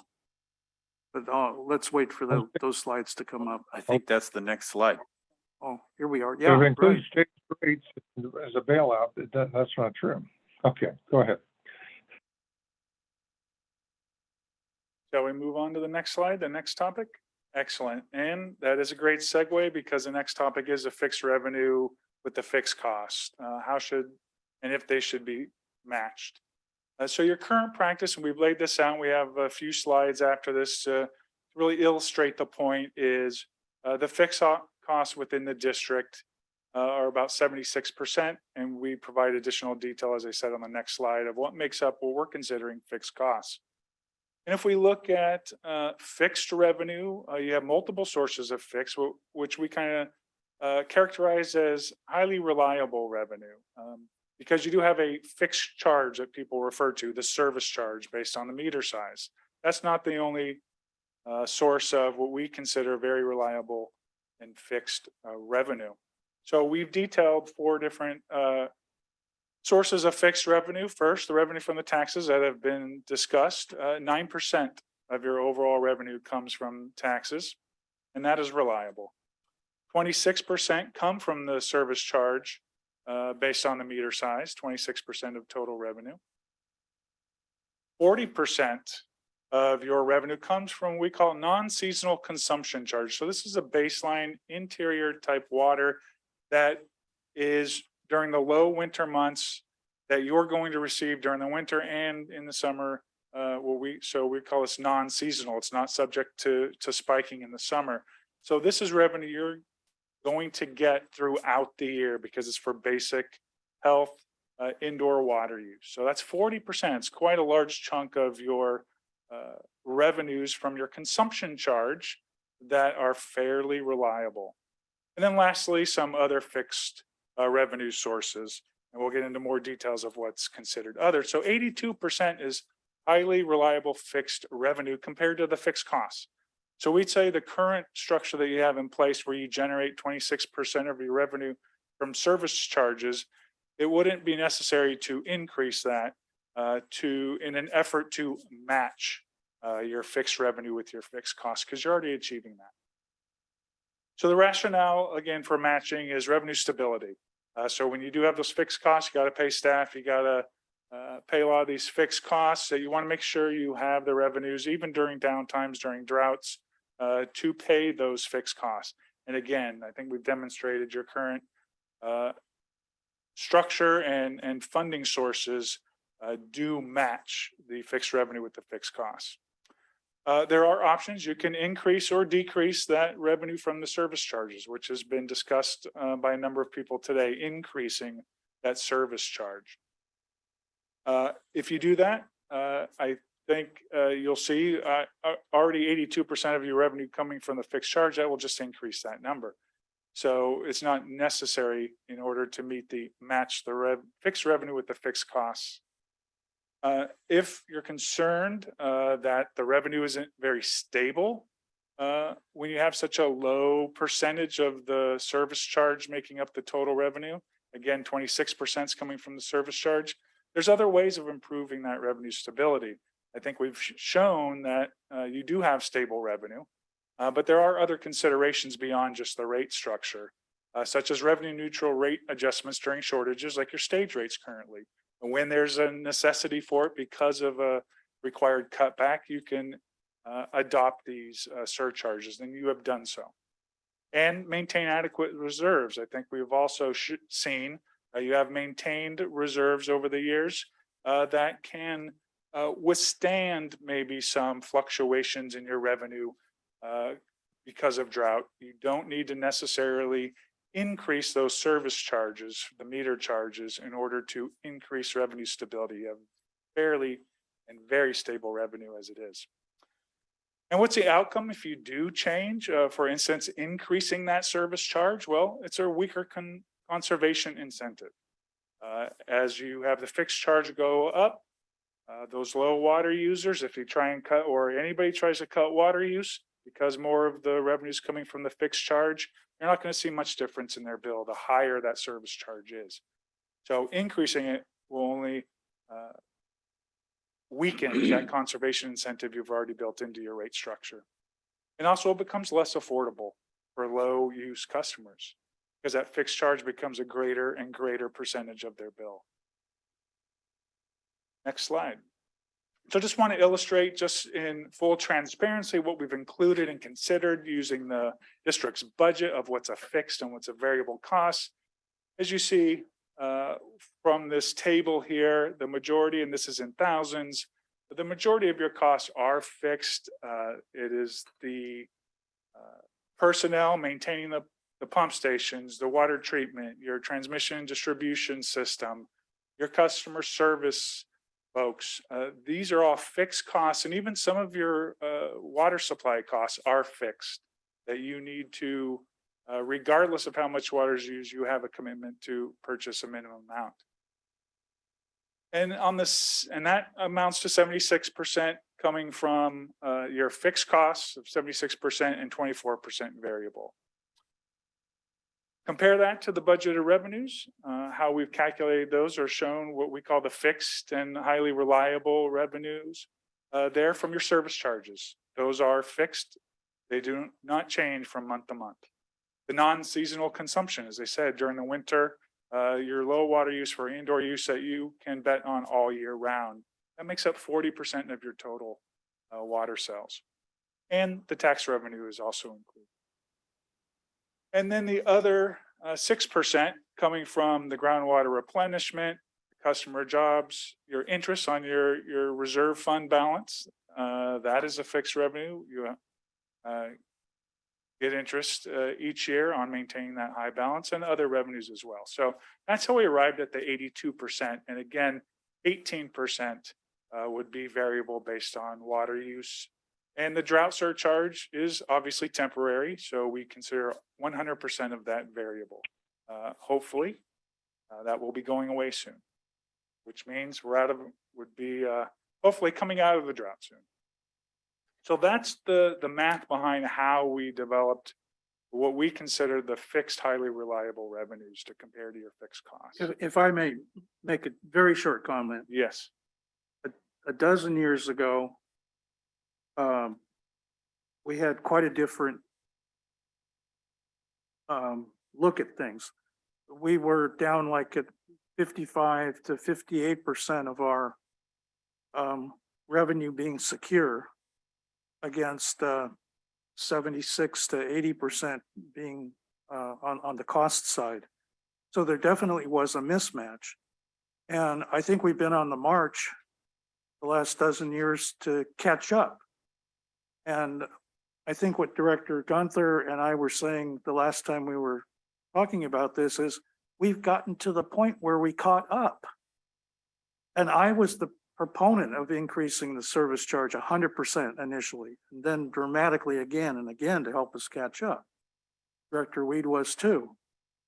But I've come to the conclusion, looking at our finances, where I can look anyone straight in the eye and say, yes, we are more than covering our fixed costs in this district and even exceeding it to a certain extent.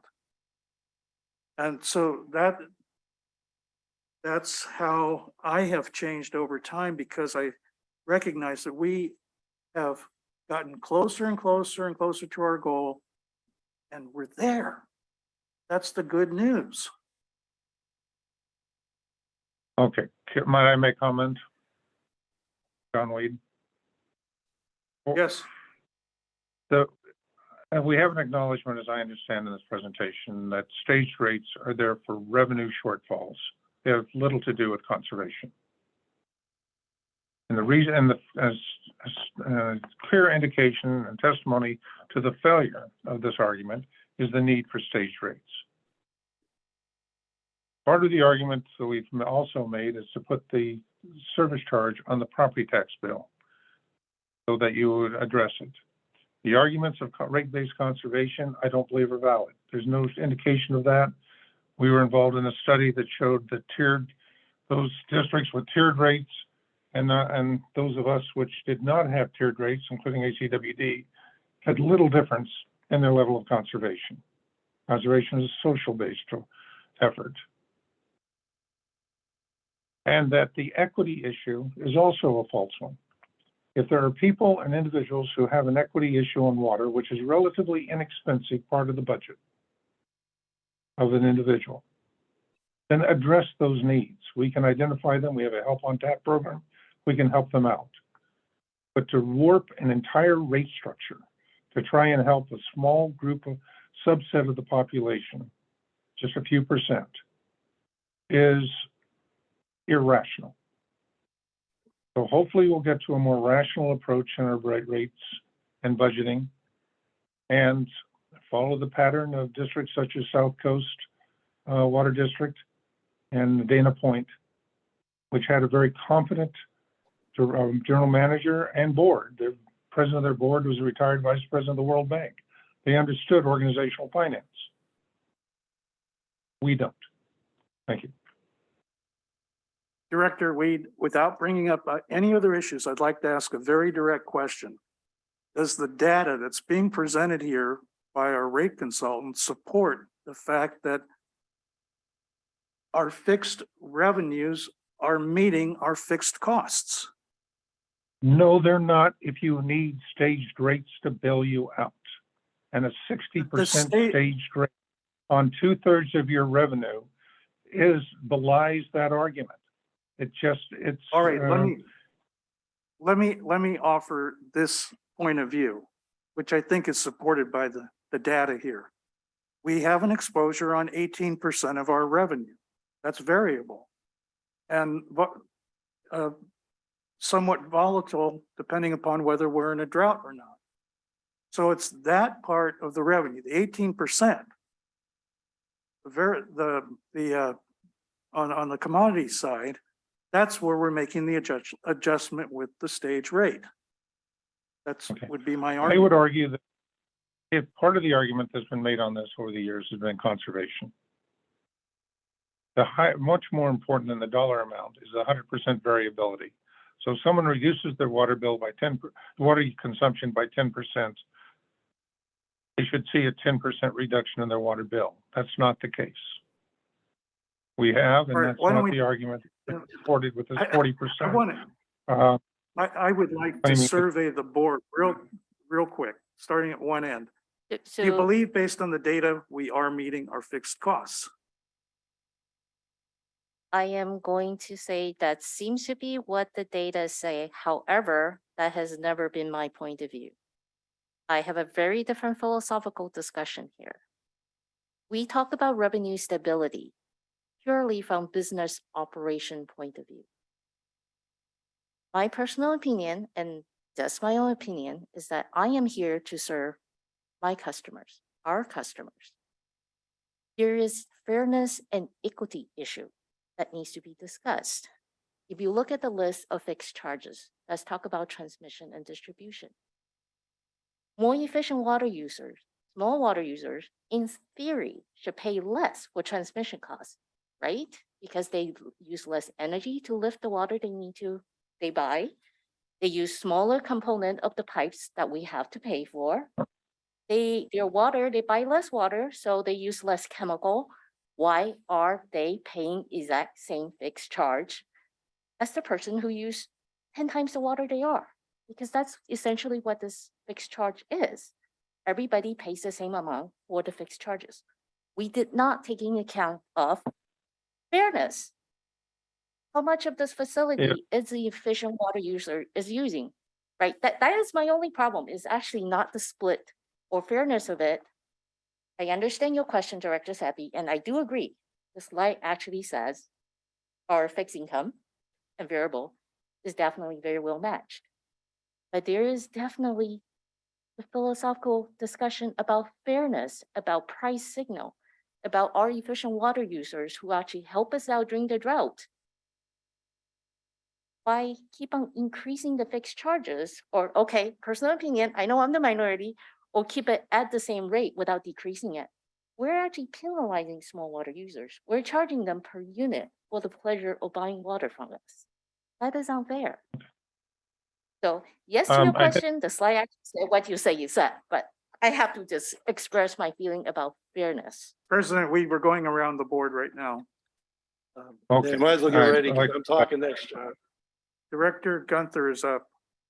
And Director Weed and I have been in disagreement on this for quite some time. Although I will admit, I was the swing vote on the 100% increase to the fixed rate.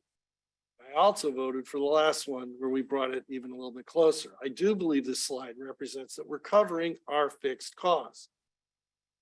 And we learned this back in the 2017 drought. We know how much water we're gonna sell. We know what it is.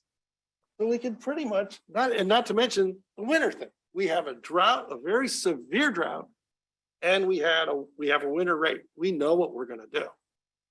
Director Weed's fixed cost and my fixed cost differ dramatically. And we're gonna start going down this path if we continue trying to look at putting it on the tax bill. Because up to this point, I've been pretty quiet about it. I'm happy where we're at. I think we're right where we need to be, maybe adjust here and there, just a tweak, but we are where we need to be. We made this decision the last time we increased the rates. We put it all on the fixed charge. I am satisfied with where we are. I understand what Director Huang is saying. I think that's going to come up a little bit later with stage rates. We discussed that. We're going to discuss that in a few slides further on. We're constantly addressing this issue of fixed rates. And I usually don't say much because it's not on the agenda, but it's on the agenda tonight. And we are where we need to be. That's my opinion. Just my opinion. And this slide is accurate. We know it's accurate because we had similar slides regarding the 2017 drought, which showed the same thing. We know what we're going to sell. We know what our baseline is. And our baseline rate and sell, if we look at fixed costs of being just chemicals and water, we're missing a whole heck of a lot. And you pick that loss up, you pick up those variables when you look at what our baseline sell is. We know what our costs are going to be. Yes, they're water cost, but they're not going to be much lower than that. What we sell in December, or January, I should say, or what we sold in 2017. So I'm perfectly happy where we are. I'm in fairly strong disagreement with Director Weed. And I just want to make that known because there's been a lot of chatter tonight that we are not saying anything. Well, I am now. My position now is the same it was last time, the same it was the time before. Although not before when I went the 100%, because I did feel back then we could make an adjustment. We did. And even last time I made the adjustment. So I made those adjustments in the past, but I don't see us going there. And because of a vocal minority, I want to make sure that people understand that, no, that's my opinion. I don't say it very often because it's not on the agenda, but it's on it tonight. Thank you. Well, short answer to your question. I do think our split is appropriate. I do think that the data that is being presented tonight does show that we are covering our fixed costs. Respectfully, I would disagree slightly with, and I know Director Huang and I have talked about this, about the equity issue. I do see the fixed charge or as basically buying into access to the system, regardless of how much a consumer is actually using. And I think the price signal then on the consumption side, we are able to set that pretty effectively. But that's the only disagreement. Otherwise, I would agree with a lot of the comments my fellow directors. Okay. Thank you for the courtesy of answering my question, each one of you. Okay, I have a quick comment. And I think there's a misunderstanding on the methodology of the fixed charge. It inherently is tiered because we charge more for the larger meter sizes. So there is that built-in equity element in there. And to ignore that is, but overall, the larger users have always subsidized the smaller users. They continue, and that has been the pattern and history of the district. The smaller users are not subsidizing the big users. Thank you. I'd like to turn the presentation back to our guests. I hope you are gaining some from the lively discussion here. Actually, I did see a yeah, hand up. I saw Oh, from Mr. see, Funk. I can't see it on my screen. I think down, you put it down. but Okay. while we were speaking. Yeah, good evening. I was just going to mention when Director Weed mentioned South Coast Water District, we helped them with their water rates last year. We had a lot of experience dealing with some of these questions. If you're interested, we could maybe summarize some of that experience and bring it forward to the next workshop for you. That I would be would very greatly helpful. appreciate. We'll do that. So I have jumped ahead a few slides on you, and I think based on the discussion we had, you can actually go through And quickly. before we move off this slide, I just want to make one more comment about equity. And I think we gets lost. This non-seasonal consumption charge, it's 40% of the revenue that's coming in. So there are some fixed costs that those kind of variable rates, depending on how much you use, are covering. So there are some fixed costs in the consumption charge. That's 40% of the revenue coming from the consumption charge. So the equity with the low water user, if you're using less than the average non-seasonal consumption, you're paying less. So there is equity not only within the fixed rate, but in the meter size has been mentioned that it gets a larger charge as you have a larger meter, but also in the consumption charges, there's equity with those small water users. They are paying less as they're using less than the non-seasonal average, and that's covering some fixed costs. Right, but I think the philosophical discussion is, I think a bigger component of what we call fixed charge should be built into the commodity. Because that would be more accurately reflect. And there are fixed costs built in because There are without that some. I know there are 40%, some. you wouldn't cover your Yes. fixed costs. So there are some. Yes. Not all the fixed costs are Right. being borne by that I- service charge. I think we're talking more of a proportion instead of 0, 1, yes or no. Sure. Because traditionally, I think a larger portion of the, what we currently call the fixed component is calculated into the variable because of the consideration of the, I guess, percentage of capital that's being used to transport that set quantity of water, right? So, Yes. so we're more Oh. talking about Well, breakdown versus yes or no. And, Okay. and I definitely understand, I'm the minority on this board in terms of opinion. And welcome to ACWD, by the way. We love our discussions. Yes. But I totally understand that, and I do respect the fact that there is a component in there. Okay. And as I have couched it, it's philosophical. Yeah. You know, every one of us have very different opinion, and we have great discussions, and I do respect and understand your point of view, so thank you. I appreciate that feedback. Okay, Okay, we next have slide. Oh. one member of the public who would like to make a quick comment. Mr. Abreu, keep it short, okay? Okay, yeah, the State of California Water Resources Board brought in economists and they compared people across the state are using 24 units a month, the people are using 60 units a month. And the people who are using 24 units a month might be paying 1.5, that are using 4 times more water, might be paying 1.5 or 2 times more while getting 4 times more water. And if you do the math, you find out they're paying less per unit. Of course, the reason that this comes out that way is because the state of California included the fixed charges and the variable charges and bundled them all together and then calculated the water price. So Director Huang is right. The big guys are getting a break. They're paying lower rates for water. No matter how even though everyone works very hard to hide that. That's what's happening. I'm not saying that I'm not saying that we have to abolish that. That's a kind of a leftist liberal position to take, and I'm not going to go all the way over there, but I will admit reality, and the big guys do get a break, lower prices. Thanks. Thank you. He was just applauding.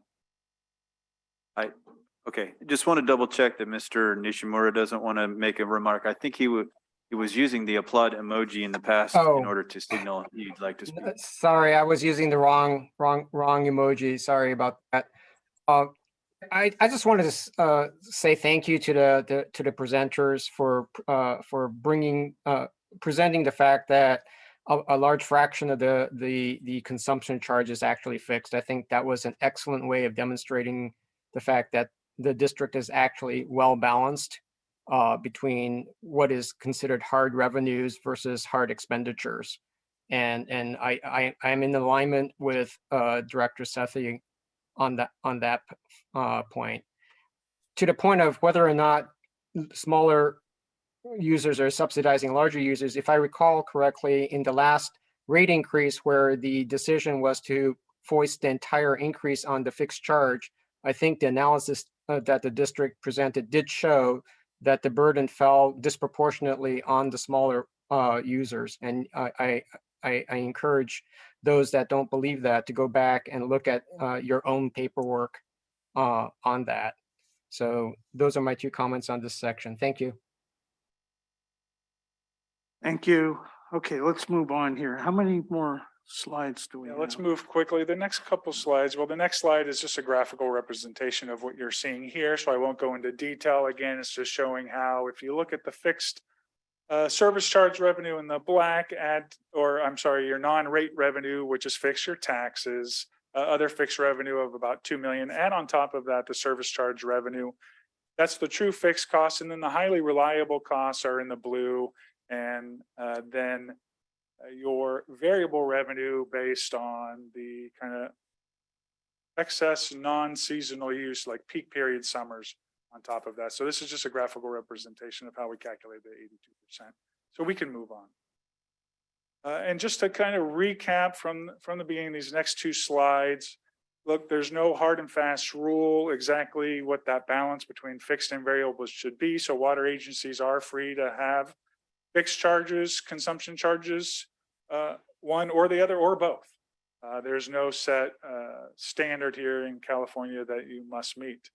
Charges, however, overall must not exceed the cost of providing service. And of course, it's cost-based, and that's what our cost of service analyses will bear out. Agencies typically do have fixed and consumption charges. There's very few cases where there's one or the other. Notably, LADWP does not have any fixed charges. It's all just consumption-based, one of the larger water providers in the country. Fixed costs are incurred regardless of how much water is used and are partially covered with the fixed charges. As I say, partially covered because that non-seasonal water fixed costs are borne by that non-seasonal water use, as I demonstrated on the last slide. And so they do cover both variable and fixed costs. Fixed charges provide revenue stability, but as an industry practice do not match the fixed costs. And we say fixed charges, that's a service charge that we're talking about, which currently gets you 26% of your revenue. And that doesn't meet your 70% of fixed costs. And we've discussed some of the other tools to provide revenue stability. If you think the fixed charge revenue and variable charge revenue is fairly balanced, there are other ways of providing that revenue stability if that's still a concern. Next slide, please.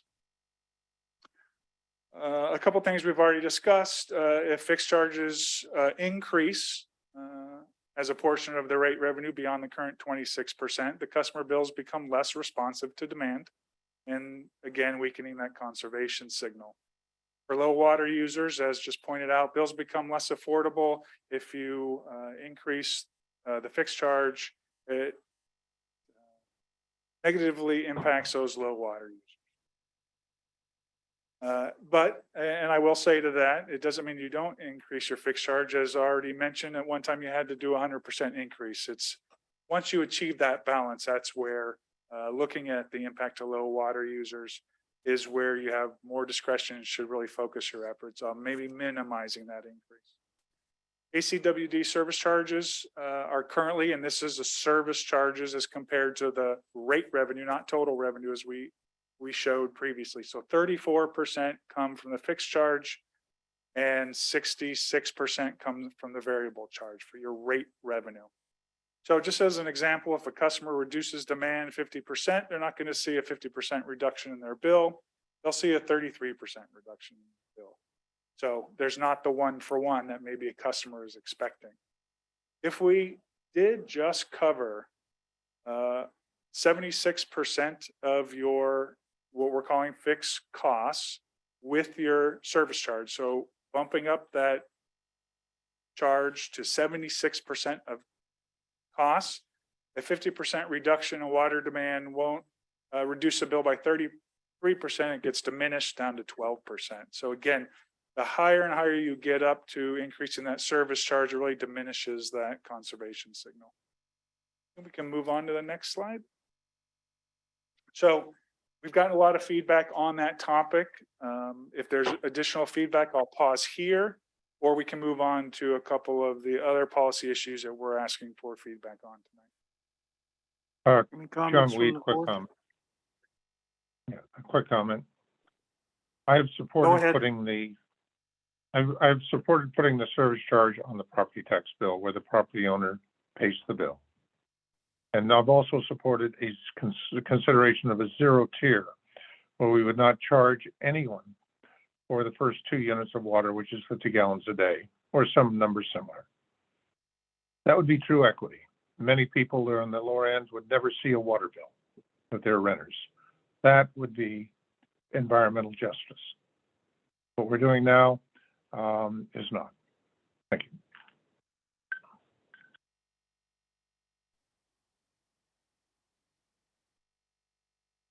I wanted to go through the board first here, if we Okay. could quickly. No comments, okay.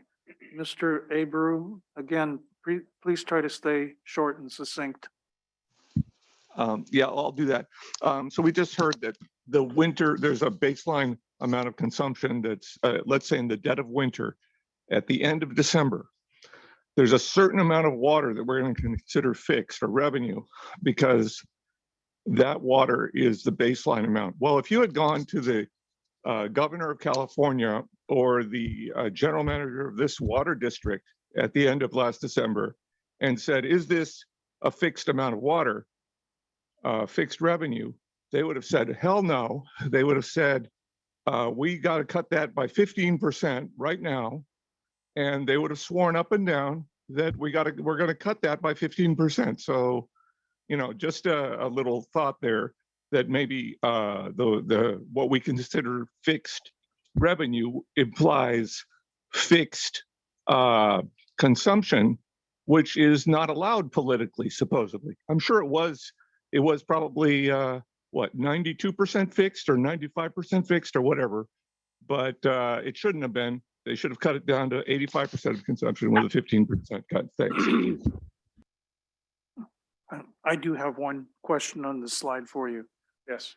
because this is the first time I've seen this, where you want to, or it's an option to reclassify multifamily into commercial. And I'd like to understand, what does that mean and what's the thought process behind it? So have we moved on to slide 41? Is that where you are? Yeah. I thought that, I hadn't quite gotten here, just trying to wrap up the discussion on the fixed and variable proportion. So I could cover the sorry, slide and then I jumped ahead. not a problem. I took the I'll try and Evelyn, move I things took along the quicker. Evelyn Wood speed reading course one time. My apologies. I'll try and move things a bit quicker. So hold that thought. If I don't address it, please remind me and I'll answer it then. So this question has come up. Should the district create multiple customer classes? So many water districts throughout the state do have more than one customer class. Again, there's no prerequisite or regulation that says you must have more than one. So currently, your current practice is all customers are treated the same with their fixed and their consumption charges. They're charged the same rates. So the rationale is charge rates with structures tailored to each class. If you were to change to a multi-customer class, which can encourage conservation and discourage waste on a customer by customer basis, because not all customers use water the same way. So you could set conservation goals during shortage. You can also set conservation goals during shortages, commensurate with each class's need and ability to cut back. Typically, residential customers peak during the summer, much more irrigation than say a commercial customer, which if they do have a lot of irrigation tend to have separate meters. So in this way, you could, if you create different customer classes, you can set rates accordingly based on how they use water, and you can introduce shortage rates based on how their ability to cut back moving forward. So some of the options that we see out there, single family, and also we're seeing more and more single family dwelling units having irrigation meters. So being able to identify what is interruptible irrigation versus indoor water use. Also multifamily, typically they use less water than a single family. So devising tiered water rates for them, rely on different breakpoints for their tiers, because it should be based on actual water use, and they're a distinct class that uses water differently than single family that tend not to have as much irrigation. However, with a lot of multifamily complexes, they operate more as a business. There's just one bill going to the complex. Therefore, they operate more like a commercial business. The individual dwelling units can't really control the bill. By using less water, they don't see a difference because the bill doesn't go to them. So in those instances, that's where typically they'll include commercial or multifamily residences within a commercial customer class, because it operates more as a business, not as a residence. You can also separate irrigation customer classes or industrial if you had significant wet type industries that use water in their production. Outcomes. This is a way of having more exacting rate making per customer class. Improve conservation signal. Again, not everybody uses water the same and would react to changes and breakpoints and tiers the same. Improved ability to manage water curtailment, again, during the water shortages. And we have an example of what that would entail at the end of the presentation. One of the outcomes, though, it's a bit more involved when you go to set rates than having just one single class and no tiered rates. Next slide, or yeah, we can continue. I think I'll pause there before we get into the specific uniform consumption charges. And if we'll just open it up to a discussion around your thoughts on additional customer classes.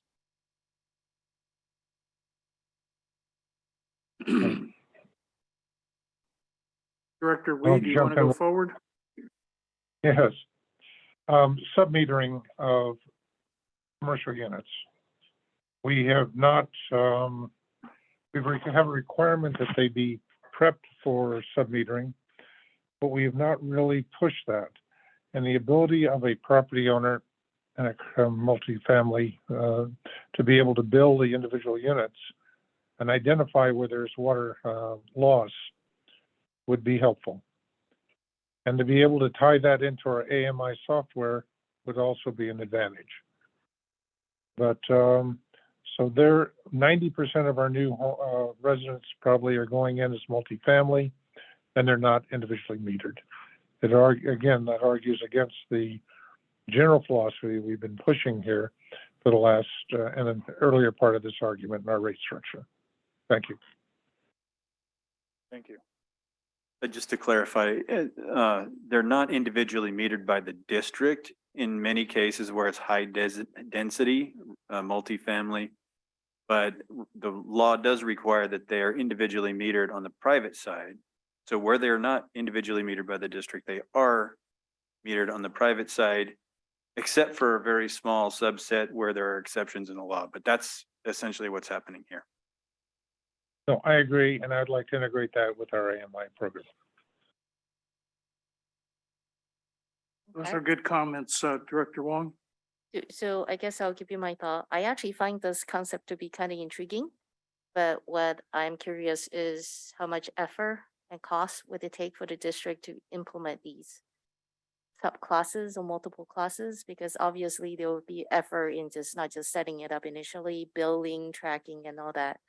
So I would just say I'm open to it. I found it really intriguing. But I think I need a little bit more information in terms of, how much would it cost us? How much extra effort? Do I need to hire a brand new staff in finance just to track this? So Those, I think yeah. I should probably take this one. So in our customer information system, we do currently track various customer classifications. We have a single family residential, a multifamily residential, commercial, industrial, landscape.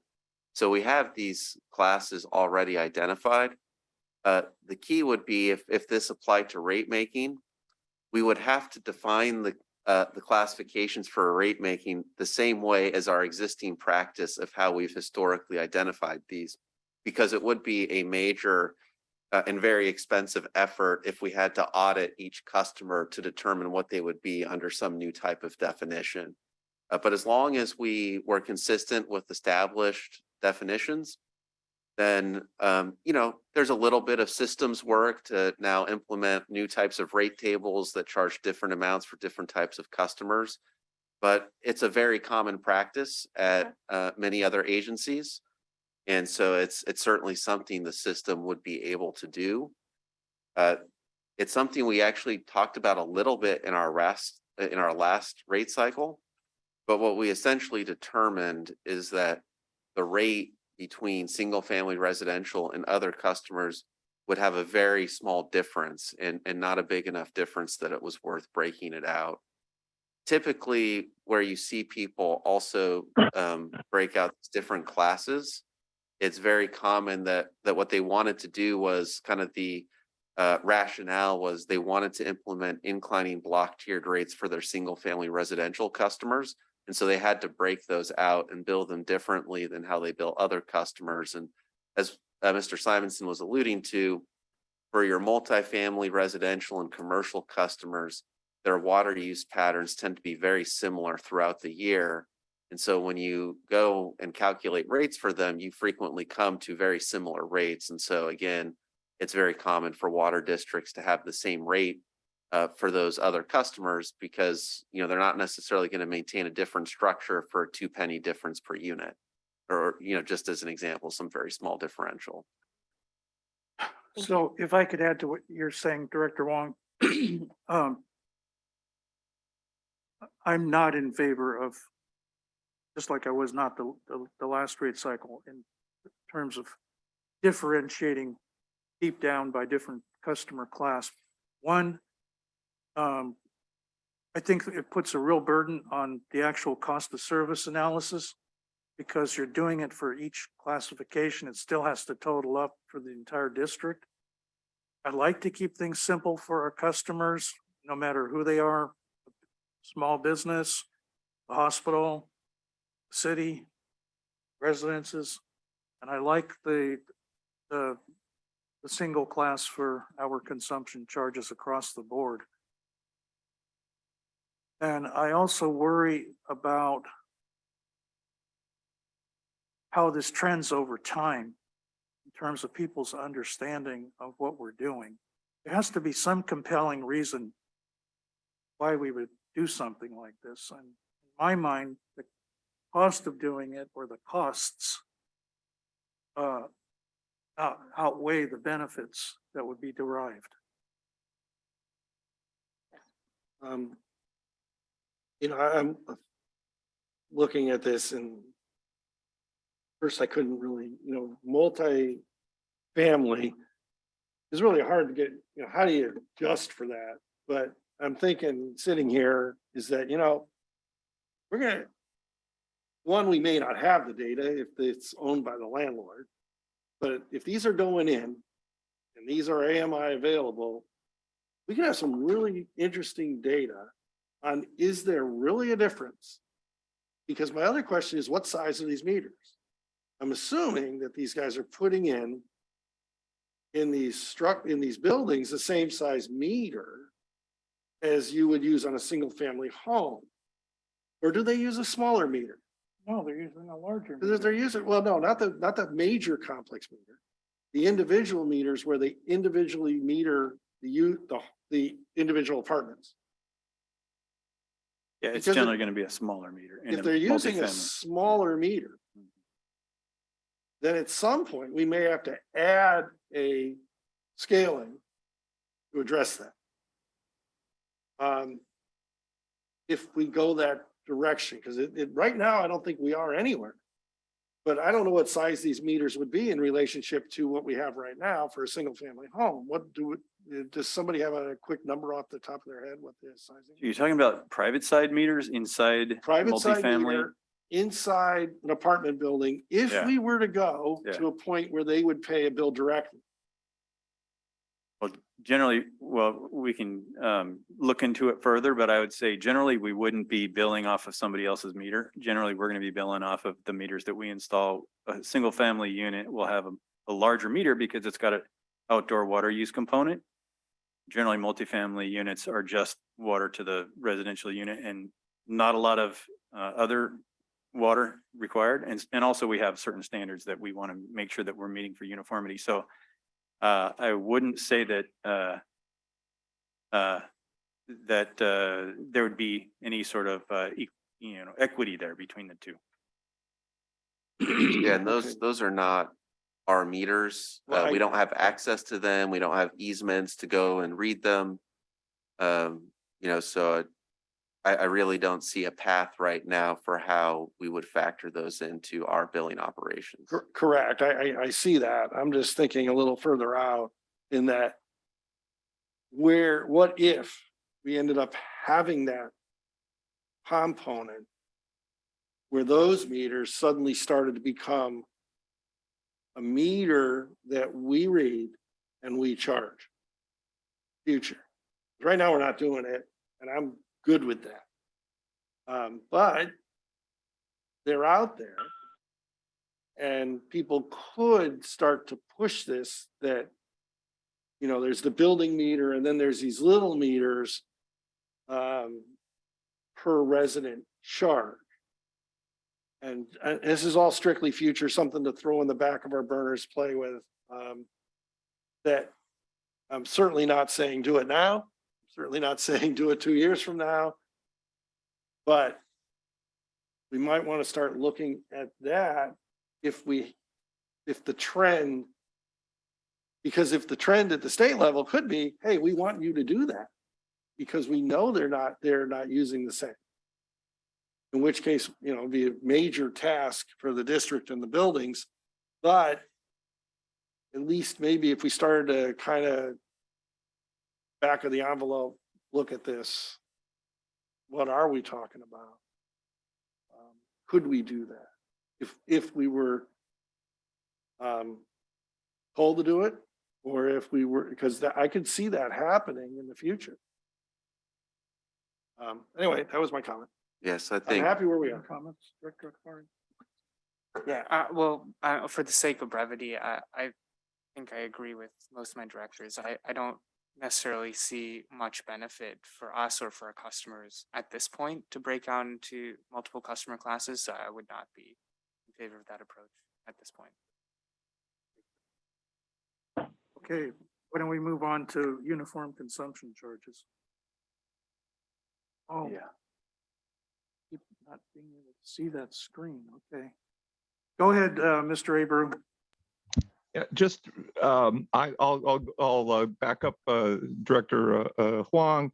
I would support, in the interest of equity, I think every household dwelling unit, a living unit, each household should be assigned some small number, a reasonable number amount of efficient indoor use year round, and they get that amount of water for some discounted rate, and everything above that everybody pays. It's a two-tier rate system. Everybody pays and everybody gets each household unit, living unit, not the commercial, nobody, only the living units.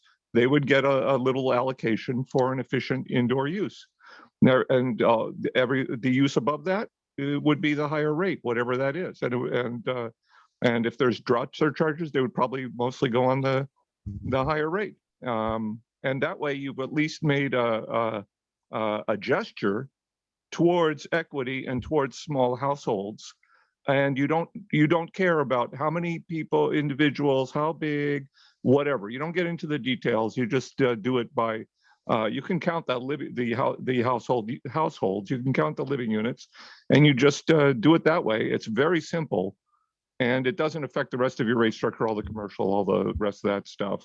And it's a little bit fair, and it has a lot of advantages, and it gives you a little better price signal as far as encouraging conservation and showing that you respect equity, human equity. Thanks. All right, thank you. Now on to uniform consumption charges. Next slide, please. And this follows on with the customer class discussion. If you decide to have separate customer classes, how do you treat each of those customer classes and the rates that you charge for the consumption? So the next couple slides talks about a couple approaches. So currently you have a uniform consumption charge, and you have one customer class, so everybody is subject to that same one uniform rate. That is the easiest to maintain compared to any other consumption charge structures that we'll be discussing. And it's easiest for customers to understand. They get it. There's a fixed charge. They can see what meter size they have. There's a consumption charge. They can just multiply that charge by how much water they use and they understand their bill. Fairly simple. Could I interrupt you real quick? Yes. And I'm not trying to be impolite, but you have a very educated board on these type of issues. And in the interest of trying to speed up the meeting, I think we can actually go directly to the director comments to offer you some feedback here. Yeah, so the next two slides talk about the uniform versus tiered. So we've already got some discussion about potentially on the residential side. So creating a separate residential class from others and having a two-tiered system. So I'm happy to entertain any discussion with regard to tiered rates and for which classes those would be applied to. We have debated this almost ad nauseum over the years. So I guess for the record, here we go. I definitely support tier rate. I believe it should be at least 2, if not 3 tiers. And first tier should be for most efficient water users, and we could use the state per capita definition for efficient water users if necessary. This district is very blessed. We have multiple water supplies and some are a lot cheaper than others. I believe tier 1, the most efficient tier, should be based on an equal allocation of that most cheapest water supply. So all customer class get to benefit from that source of water. And then the second or third tier should be based on the more expensive water. So if you use more water, then you pay more because you have to tap into the more expensive water supply, for lack of a better word. I guess that also means that we have to create customer class, which we just say we don't want to do. I believe we should have it for single family residential. I am a little bit torn about multifamily residential because they actually have a lot less control of their water supply because they don't, their water usage because they don't see the bill. So I will tell you, I'm on the fence on that because if you live in a complex, you pay a fixed fee as part of your rent for the water and that's it. So, you know, going through the trouble of having tiers just create more work for us and probably doesn't send the signal we want. Right. Commercial industrial, I need to learn a little bit more about it. Off the top of my head, might be a good idea to create the incentive to conserve water, but the flip side is I have to believe most of our commercial industrial customers has already looked at their water budget, their water audit, because It's a business decision. it's a business, right? They don't Yes. want to spend more money. Irrigation, yes, we should have tiers because it's not something that's absolutely necessary, but I do agree, I do believe there should be exceptions for functional landscape, not functional landscape as the governor defines it. We do not want to over penalize the school district, for example, if they choose to water their soccer field to provide a safe environment for the kids. So those are my thoughts. Thank you. I forgot to mention, we also have a very opinionated board too. Oh, yes, that's why, welcome to ACWD, I like great it. discussions. I actually support tiered rates, sort of. I want to say sort of because not now. We're making a major investment in AMI. It's going to be in not one, but 2 years. It's going to be here. I disagree with it's easiest for customers to understand. I mean, of course, we don't get paper PG&E bills much anymore, but PG&E use tiered rates. So if you get a water bill, you get a PG&E bill. They know what tiered rates are. We're not there yet. We will be there in a few years where we're going to know, you're going to be able to know within 15 minutes what tier you're in. And you can make a conscious decision at that point, whether or not you want to go from, let's say, tier 1, which would be that 0 tier, or that point where you're getting so much water for a small price, because that's baseline water use. And if you start going above that, you're going to force yourself out. Now, I didn't say stage rates are going to go away either here, but I just want to make sure I get that point across. certain point of water. If you want to have a real nice green lawn and a big lawn, or if you want to have a smaller one, then you're going to use less water. So yes, I support tiered rates. No, I do not support them now. However, I just want to get it out there that when AMI comes in, I think we should be going that direction. I think we should be looking there. But for the moment, I'm satisfied with where we are. And I think we're going to give our customers the tools they need, that implementing stage rates will be fair and be recognized, and they'll not maybe embrace it certainly, but they'll accept it better. Right now with a bi-monthly bill, we're not there yet. No. We You will. mind if I go ahead first?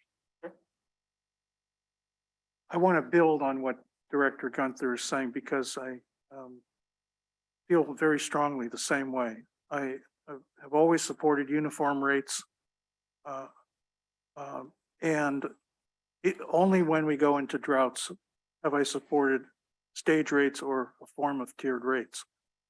I believe in tiered rates for communities that really need it, where they have a very limited and tight water supply, like Santa Cruz or some of our coastal communities. The water situation in the Tri-Valley area is very different with Zone 7 and Dublin San Ramon water districts, where I support what they're doing over there. I have never thought it makes sense for our community because we have a very rich portfolio of different water sources, and we're continuing to develop that out. In reality, we are not short of water in our community. And I think that when we go to stage rates, Ms. Heides was just showing us the data recently last week, that we are getting very close, if not exceeding, our conservation goals that the governor set out. It's taken some strong messaging from the district, and I think President Weed will say the same thing, that it really is the public relations aspect of promoting the need to conserve water that really drives conservation. You may offer a price signal, through the stage rates, but the people who actually use the most water, they're willing to pay for it, even with the stage rates. They're not conserving. I live in the hills, and everywhere around there, everyone's lawns are green.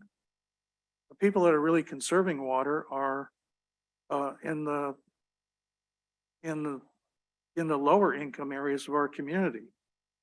I look at, and this is not a disparagement against anyone, but you look at Newark, everybody's lawns are dry, practically.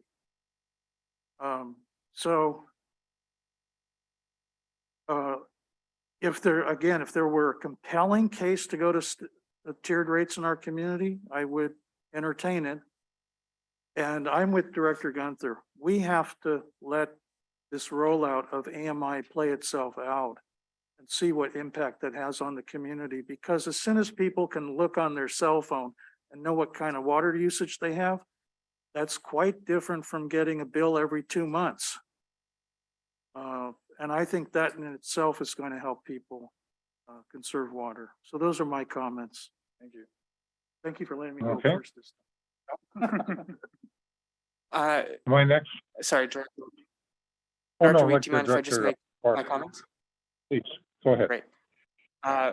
So like it was mentioned, I think we've hashed this out many times. So excuse me, I'm not going to repeat everything. But as I think everyone here knows, I'm also supportive of tiered rates. I think the only way for us to do that fairly for our customers is to do it after we roll out AMI, where they actually have the information available to them to make a more informed decision on how much water they're using and can curtail it or can catch leaks much faster than they can today. Right now, they just have a price signal once every 2 months. It's very difficult for us to fairly implement tiered rates to them at this point. So for me, it's more of a, let's wait until we've rolled out AMI to all of our customers and we have a little bit more data that we can work off of and create a better tier structure as it is. But that's really where I stand right now. So I'm comfortable keeping us again as I think the status quo with the uniform rates for this time. And you. I think we need to add that we have been considering going to monthly billing, when we have fully implemented AMI two, which will help our customer Yes. base. Right. And I just want to put it on record that I do agree with Director Akbari and Director Gunther that it's better to wait until after the implementation of AMI to implement tier rates. Because you're correct, Director Akbari, it's much better to give people the tools so they could actually control their water rate and their water consumption before we implement tier rates. I call tiered rates the sledgehammer approach. Well, President Weed, you're up. all right, thank you. Well, we've had the good fortune of not going down the trail of tears.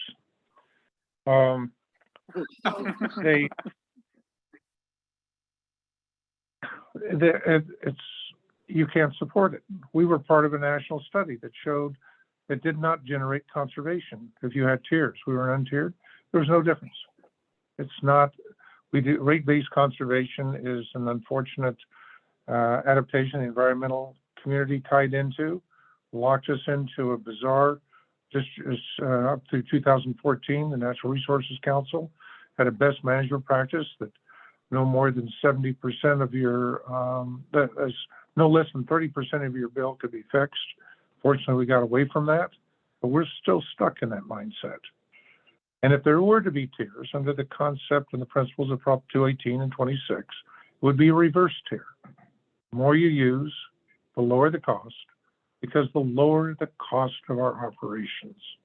Go into a grocery store and show me any item where the larger the quantity, the higher the unit cost. So that's my take, and we'll see where it evolves. Thank you. Okay, let's Can move to the next I would slide add and quickly- beyond, I believe. Okay. Go ahead. Very Yeah, I quick, would- I did suggest a zero tier, but that's if you have a low enough commodity rate that matches your commodity cost. You can then afford to do some financial support and not charge for the basic units to everyone and still meet the criteria of 218. Thank you. So I might suggest that we advance a few slides because I think we've Yes. covered the next few. Well, I actually did see Mr. Nishimura's hand up. I just wanted to make sure that wasn't clapping.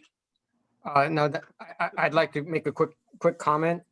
I do support tiered rates. I think Director Gunther brought up PG&E. I think most people in the Tri-City area are PG&E customers, and they have dealt with tiered rates from PG&E for decades. So I see no issue with customer understanding of tiered rates. With respect to the comment about waiting until AMI, certainly AMI gives more information, but I think it would not be very difficult for customers to see on their current bill where they stand on any proposed tier. And see that if tiered rates were to be implemented, they could see right away whether their consumption is in tier 1 or tier 2 or tier 3. I just don't see that having 15-minute granularity on your water consumption is going to give you a huge difference in understanding of where you sit in your water usage patterns. And lastly, to build on Director Huang's comments, I do strongly believe that because the district does have a diverse set of water sources with vastly different costs, it is a matter of equity that we do get to spread the least expensive water to all of us, and that if a small number of profligate water users causes the district to have to purchase extremely expensive water, we saw that SFPUC is raising their rates by double digits, that those profligate users should bear the cost of the district having to purchase additional water, perhaps on the spot market or perhaps from our most expensive source, right? the district, all the ratepayers paid in to fund the Newark desalination plant, which is the lowest cost source of water. And I would like to see the benefits of that be distributed equitably to all the users, all the customers in the district. Thank you.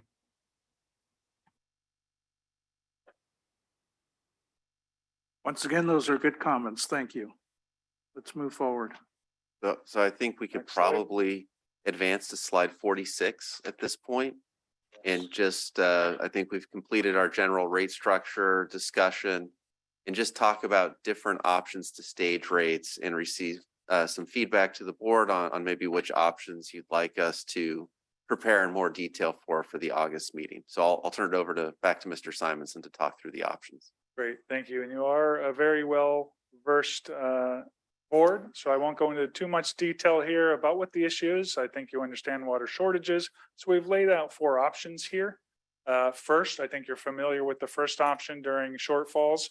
You're currently in the stage where you have a 78.7 cent additional surcharge. So it's an equal monthly, or I'm sorry, that's option 2. Getting ahead of myself. My apologies. You currently are employing option 2, uniform per HCF increase of the consumption rate on all water use at 78.7 cents. Another option is to not tie it to actual water use, but you could have an equal charge per account, $2 per month, $3 per month. That's an option. Option 3 is a tiered rate where you provide maybe some allotment that only until you exceed a certain amount. And I've shown an example here of 6 HCF, which is based on about a 3-person household at 55 gallons per day. Only until you exceed that kind of base water use would you be subject to the shortage rate. So that's kind of just a different take on what you're currently doing, tiering what you're currently doing. And then option 4, this really comes down to if you have a number of different customer classes, if you go down that road, that we can devise revenue neutral multipliers to the consumption rate for each class based on its unique conservation target. And to explain this one in more detail, I won't go into too much detail, but on the next slide, if you can advance to the next slide, if down the road you choose to have different customer classes, we've just kind of laid out here, and I'll just talk briefly about it. As you know, you have certain shortage reduction stages. And for example, this is something we developed for the city of Beverly Hills, where they have 4 different customer classes. And we know if you have, for example, a stage C reduction where you need to cut back 20%, we know based on each customer class, they're not all as able to cut back. That's an overall 20%, but each customer class would be required to cut back different amounts based on how they use water. For example, a single family, we'd be asking for a 25% cutback because they peak more. They have non-seasonal use during the summer, irrigation. As compared to a multifamily, we would expect an 11% cutback because there's less discretionary non-indoor water use with multifamily. They use much less water and very little irrigation. And same with commercial, they tend to have irrigation meters. So the commercial charges and the water use that we would ask them to cut back would be something less than that 20%, which would be 13. But if you do have an irrigation meter, we'd ask you to cut back 46%. So all told, you get that 20% reduction, but how each customer class is impacted is different. And the reason we identify how much each customer class would need to cut back is because that translates into the revenue neutral, revenue stabilization factors you see on the second table there. That if we asked you to cut back 20% altogether as a district, single family, we'd ask you to cut back 25%, and that would require a 19.9% increase to their respective tiered or untiered rate. Multifamilies would only increase 7.1%. So we can establish these shortage reduction factors in order to get the desired cutbacks and only impact the customer classes that can have a greater cutback because of discretionary outdoor use versus indoor use. it allows for, if you have multiple classes, to get that cutback that's desired, and only charge those that are using the water. And I will say just quickly how this is determined is we understand that there's indoor and outdoor use. But we assume a 6-to-1 cutback. You can cut back 6% on your outdoor irrigation versus a 1% reduction indoor. And so that's why everybody varies, because each of the customer classes have a different ratio of outdoor to indoor water use. So that's just an explanation of that fourth, I think more nuanced stage rates, I think down the line when you entertain customer classes and potentially tiered water rates. Okay. On Open the for comment? conclusion, let me just ask for some guidance here first. Mr. Wunderlich, do you want to guide us through the conclusions? Well, I think, I know we spent a few minutes kind of explaining that fourth stage rate option. That's not really available to us right now because we're not looking at doing different customer classes. But maybe we can go back a slide to 46 for just a moment and solicit board feedback on if you have a preferred option for how to approach stage rates, or maybe which options you'd like to see us bring back in August for further evaluation. Option 3, please.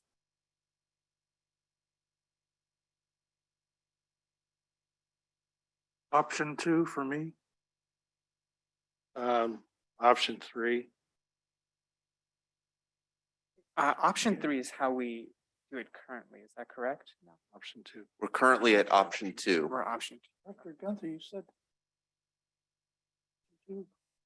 Okay. I would be, I- I would be fine with either option, But you said you would options 2 or support 3. option 2.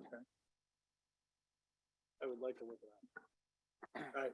I'm not necessarily changing my position. I think I know where you're going. I would like one thing though on option 3. If we were to do that, we need to have a way of I don't want to use the word challenging it, but if you have a large family home with multiple families, I think we need to address that.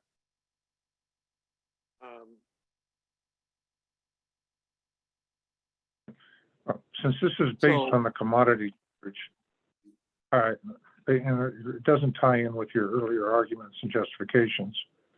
But one of the principles you've raised is a water shortage. We have not had a water shortage. We don't have one now. For 4 months in the last drought, we got caught short when the state went to a zero allocation. And we had drained our groundwater basin to work on a fish ladder. We got caught short, but that ended after 4 months when the state went to a 5% allocation. So this district has other reserves and supplies. It does not fall into the traditional water shortage analysis. And economic issues are there because we don't match our costs and expenses. We should be 100% allocated. The 26%, which is our variable cost, should be our variable income. And when you get off of that line, you end up with all these games. So that's my President take. Weed, which I option do would you take- support?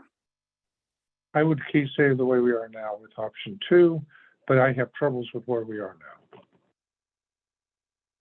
Could we have both option 2 and review and 3 review? Is my request. Not a problem with me. Yeah, so That's my I real request. Yeah, We got both. That was my request. Yeah. Okay. I don't want to All right. settle in on one. Right, I think we can bring both back with a little bit more detail, maybe show some examples, give you guys a better sense of how each would play out. I mean, obviously, we're using one of those right now. You have a fair sense. We can take a look at option 3 in a little more detail, and then you guys can consider that in All right, August. I'm curious to see how option, what those figures look like. And so that's why I would like to. Yeah, so I think we're not surprised to hear this feedback tonight. I think, if I'm looking back in history at our last process, we talked about stage rates as what felt like a theoretical discussion and everybody was comfortable with option 2. And then December showed up and we needed to issue a 218 notice. And at that same meeting, we declared a stage 2.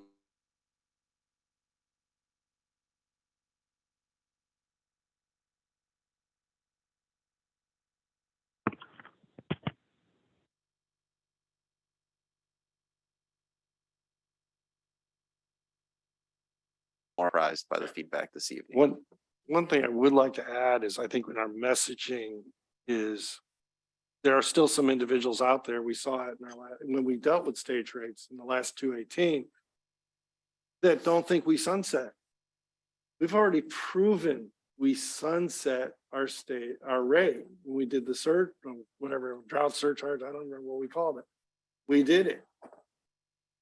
So it's not like we haven't set precedents on this board. And I think all of us would agree, we will sunset this when we can. Our current staged So I rates think are not sunset. The earlier ones were. We will sunset the stage rates when we have to. Right now, we can't. It's part of the Yeah, ordinance so that we I adopted. think, yeah, so I think Director Gunther, what you mean is that when we are able to rescind our drought declaration, we will stop assessing the stage rate. Not necessarily that they will disappear from the schedule as something that's available when needed. Right. Basically, we will not be charging the stage surcharge once the drought is over. Correct. I'm entirely open to looking at both of these different options. I just want to make sure for anybody listening in the public that we're not contradicting ourselves when we agree that we want to wait out to see the rollout of AMI before we do tiered rates. Correct. And then immediately we say, oh yeah, well, maybe it's on the table. I see what you're saying. Okay. 10 minutes later. No, I see where you're coming. I'd like to see both. Yeah, I'm perfectly open to seeing both. I can It is nice understand. to see the data and how they compare. I can understand. Yeah, and I think, again, what we're talking about is the distinction between the base rates that you pay all the time and the rates that are special add-ons that you pay only during a drought emergency. Well, like I said before, I've always been supportive of stage rates when it's needed. And let Okay, me I want to quickly add thank to the, option one.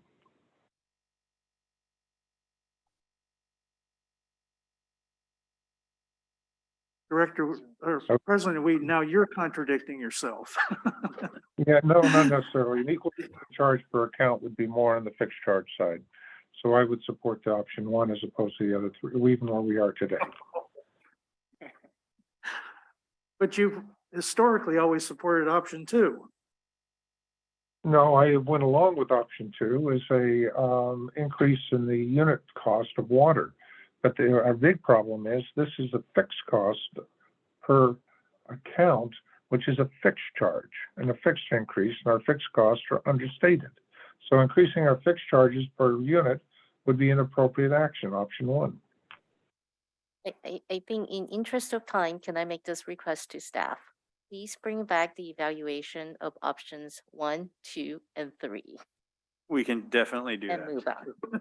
I think one will be really easy to calculate. So that is not a big extra load.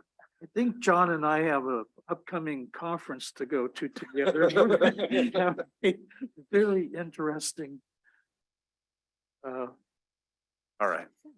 debate. And I'm not seeing any hands from the public. Okay, so can we get to the conclusion slide here? And Yeah, so I can just kind of recap what we've talked about and kind of what we heard. Did not hear any concerns as far as adjustments to our general financial planning assumptions. In terms of the capital improvement program, I think what I heard is status quo for now. But to add kind of some of the nuance, I think what I heard was, let's get the reserves we currently have spent down before we start really talking about alternative structures that potentially add debt to the portfolio.